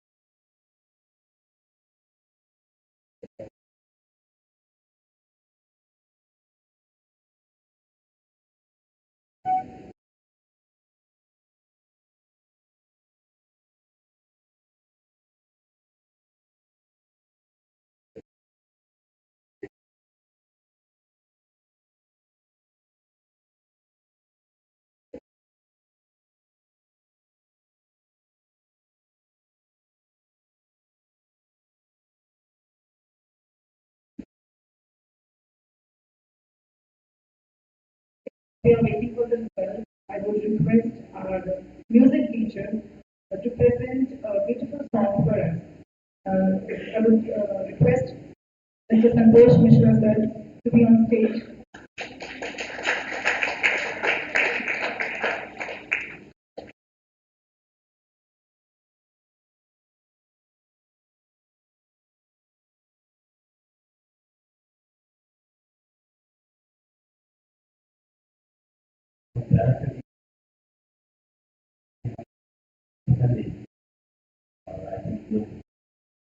आप लोग भी थे अच्छा लगे तो मेरे साथ आप करें ठीक है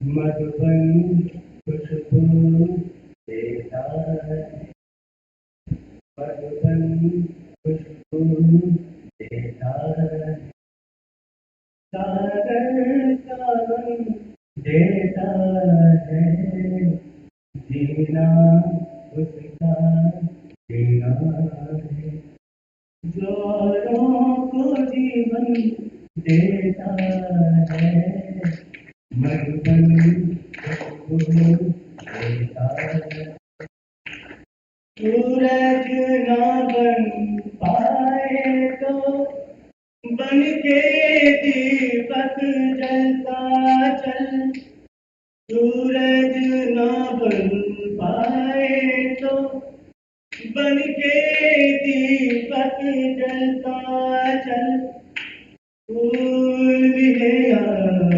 अंगारे तू सच की राहों पे चलता चल तू सच की राहों पे चलता चल प्यार दिलों को देता है अश्कों को दामन देता है, जीना उसका जीना, जो औरों को जीवन देता है, मधुबन खुशबू देता है। इस गाने में कोई बता सकता कितने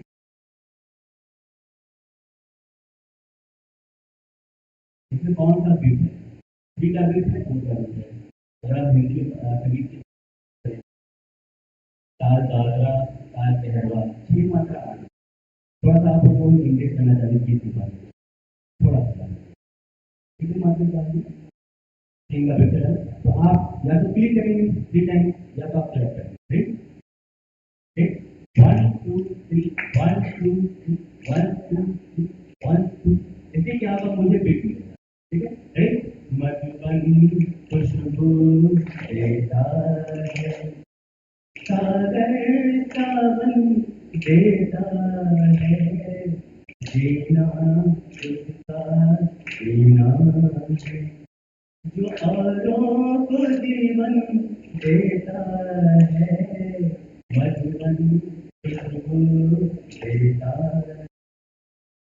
चलती है लहरा के पवन की सबकी की सांस सभी की चलती रहे, चलती है लहरा के पवन की सांस सभी की चलती रहे, लोगों ने त्याग दिए जीवन की प्रीत दिलों में पलती रहे, कि प्रीत दिलों में पलती रहे, दिल हो दिल है दोनों, अपनी धड़कन देता है, मधुबन खुशबू देता है, सागर सावन देता है, जीना उसका जीना, जोरों को जीवन देता है। गीत कहीं ना कहीं हमें प्रेरित करती है और हमें कुछ सिखाती है। गीत में हमारे वातावरण की चर्चा होती है, हम इन्हीं शब्दों के प्रेरित होते हैं और अपने जीवन में सकारात्मक ऊर्जा का प्रवेश करते हैं। Thank you, thank you Maharaj.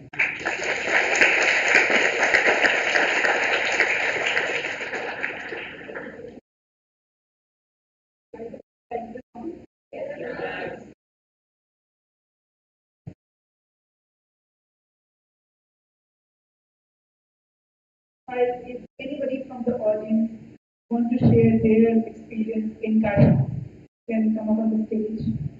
Any teacher or student from the audience.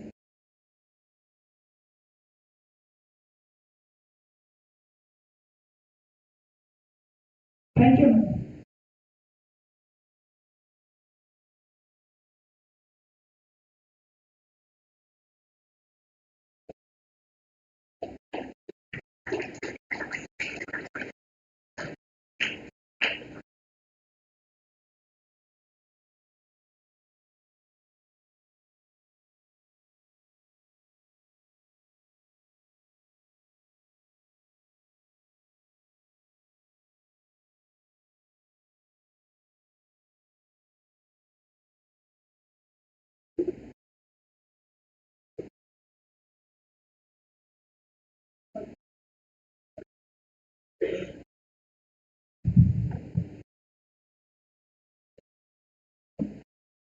यहाँ सभागार में उपस्थित सभी को मेरा स्वागत है। पिछले स्लैंसों के पद पर कार्य कर रही हूँ।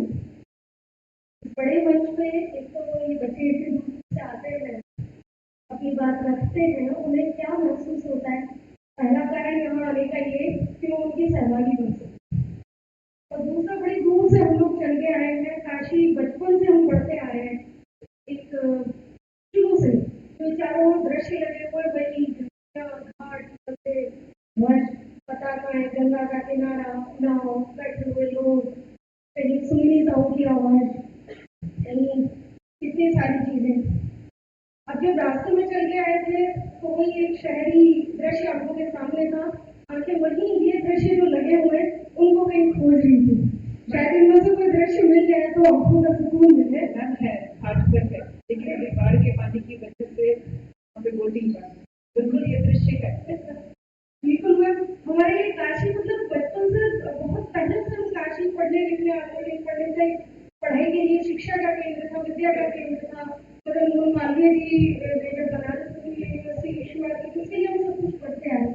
कुमार विश्वास की कविता की कुछ पंक्तियां तो सुन रही है।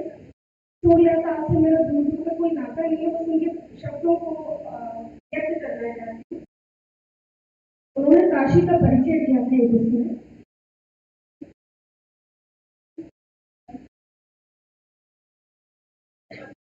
मेरे तट पर जाके कबीर, मेरे तट पर जागे कबीर, में घाट भदई तुलसी की, युग युग से हर सर जग बेटे की, माता हूँ मैं तुलसी सी, बल्लभाचार्य तैलंग स्वामी रविदास हूँ मैं, रामानंद हूँ मैं, मंगल है मेरा मरण जन्म, 100 जन्मों का आनंद हुए, शंकर शंकर मेरा शंकर, काशी के हर एक कण में शंकर शंकर मेरा शंकर, मैं लहर लहर अविनाशी हूँ, मैं काशी हूँ, मैं काशी हूँ, मैं काशी हूँ, मैं काशी हूँ। बांसुरिया हरि प्रसाद, रविशंकर की सितार की जान हूँ मैं, राजन साजन का अमर राग, गिरिजा देवी की तान हूँ मैं, शहनाई में बिस्मिल्लाह खां, नाटक में आगा खान हूँ मैं, मुझ में रम कर तुम जानोगे कि पूरा हिंदुस्तान में, कि मुझ में रम कर तुम जानोगे पूरा हिंदुस्तान में, जो मेरी घरानी में सवरे उन 7 सुरों की प्यासी हूँ मैं, काशी हूँ मैं, काशी हूँ मैं, काशी हूँ मैं, काशी हूँ। भारत के रत्न कहाँ से है, कुछ मेरी मिट्टी के जाए, हर चौराहे पर पद्म श्री और पद्म विभूषण पा जाए। अक्षर की गरिमा मुझसे है, हर सर्जन के अब तक मैं हूँ, मैं भारतेंदु में रामचंद्र, विद्या निवास में सब मैं हूँ, जय शंकर का प्रसाद हूँ मैं, उस पल की अब भी मैं हूँ, मैं देव की नंदन प्रेमचंद्र, तो पन्यासी विश्वास मैं देव की नंदन प्रेमचंद्र, बेढब होकर भी डब मैं हूँ। बेढब बनारसी जी की कविता सुनी होगी बच्चों में।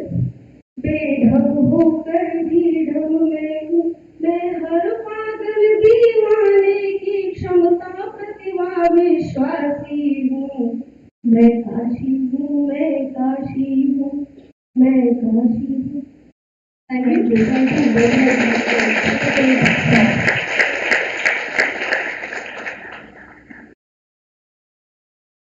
May I now request our Honorable Principal Ma'am to escort all the judges to come up on the stage and accept a memento as a token of our love and appreciation.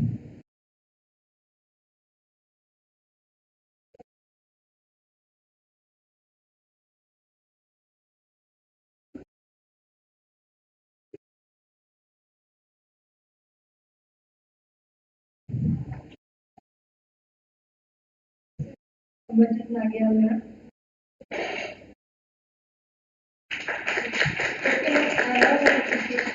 sharing your help.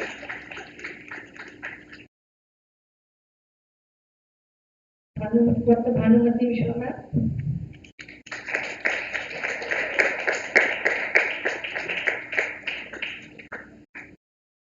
Mr. Barrister Pandey sir.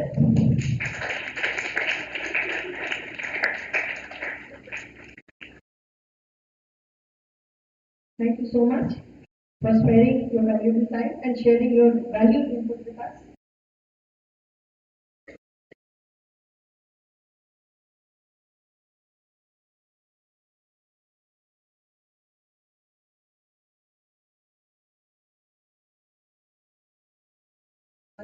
One was the rating with bated breath for the results of today's event. So I have the final scores now. Before I declare the results, I will just say that winning does matter. Holding winners trophy in hand is a proud moment.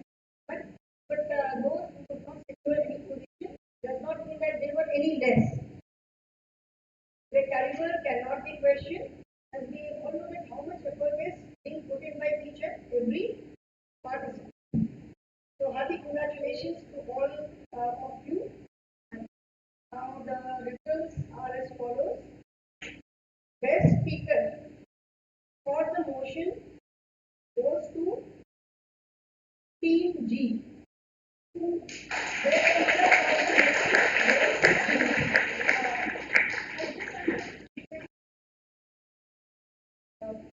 Best speaker against the motion goes to P.I. Best interjector goes to P.T.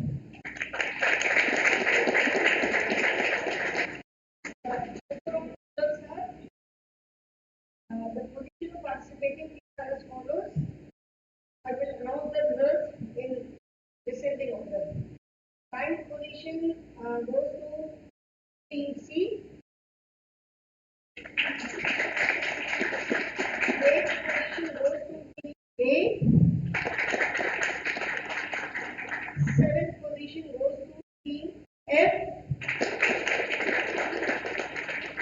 Sixth position goes to Team H. Fifth position goes to Team G. Fourth position goes to Team D.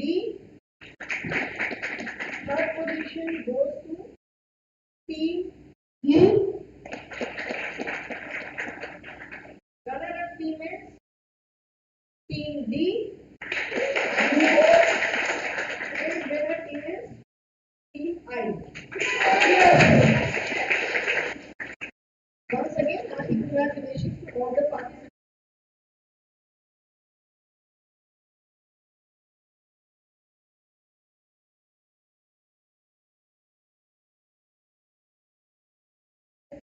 Broad goes, I would just convey hearty thanks to our esteemed judges.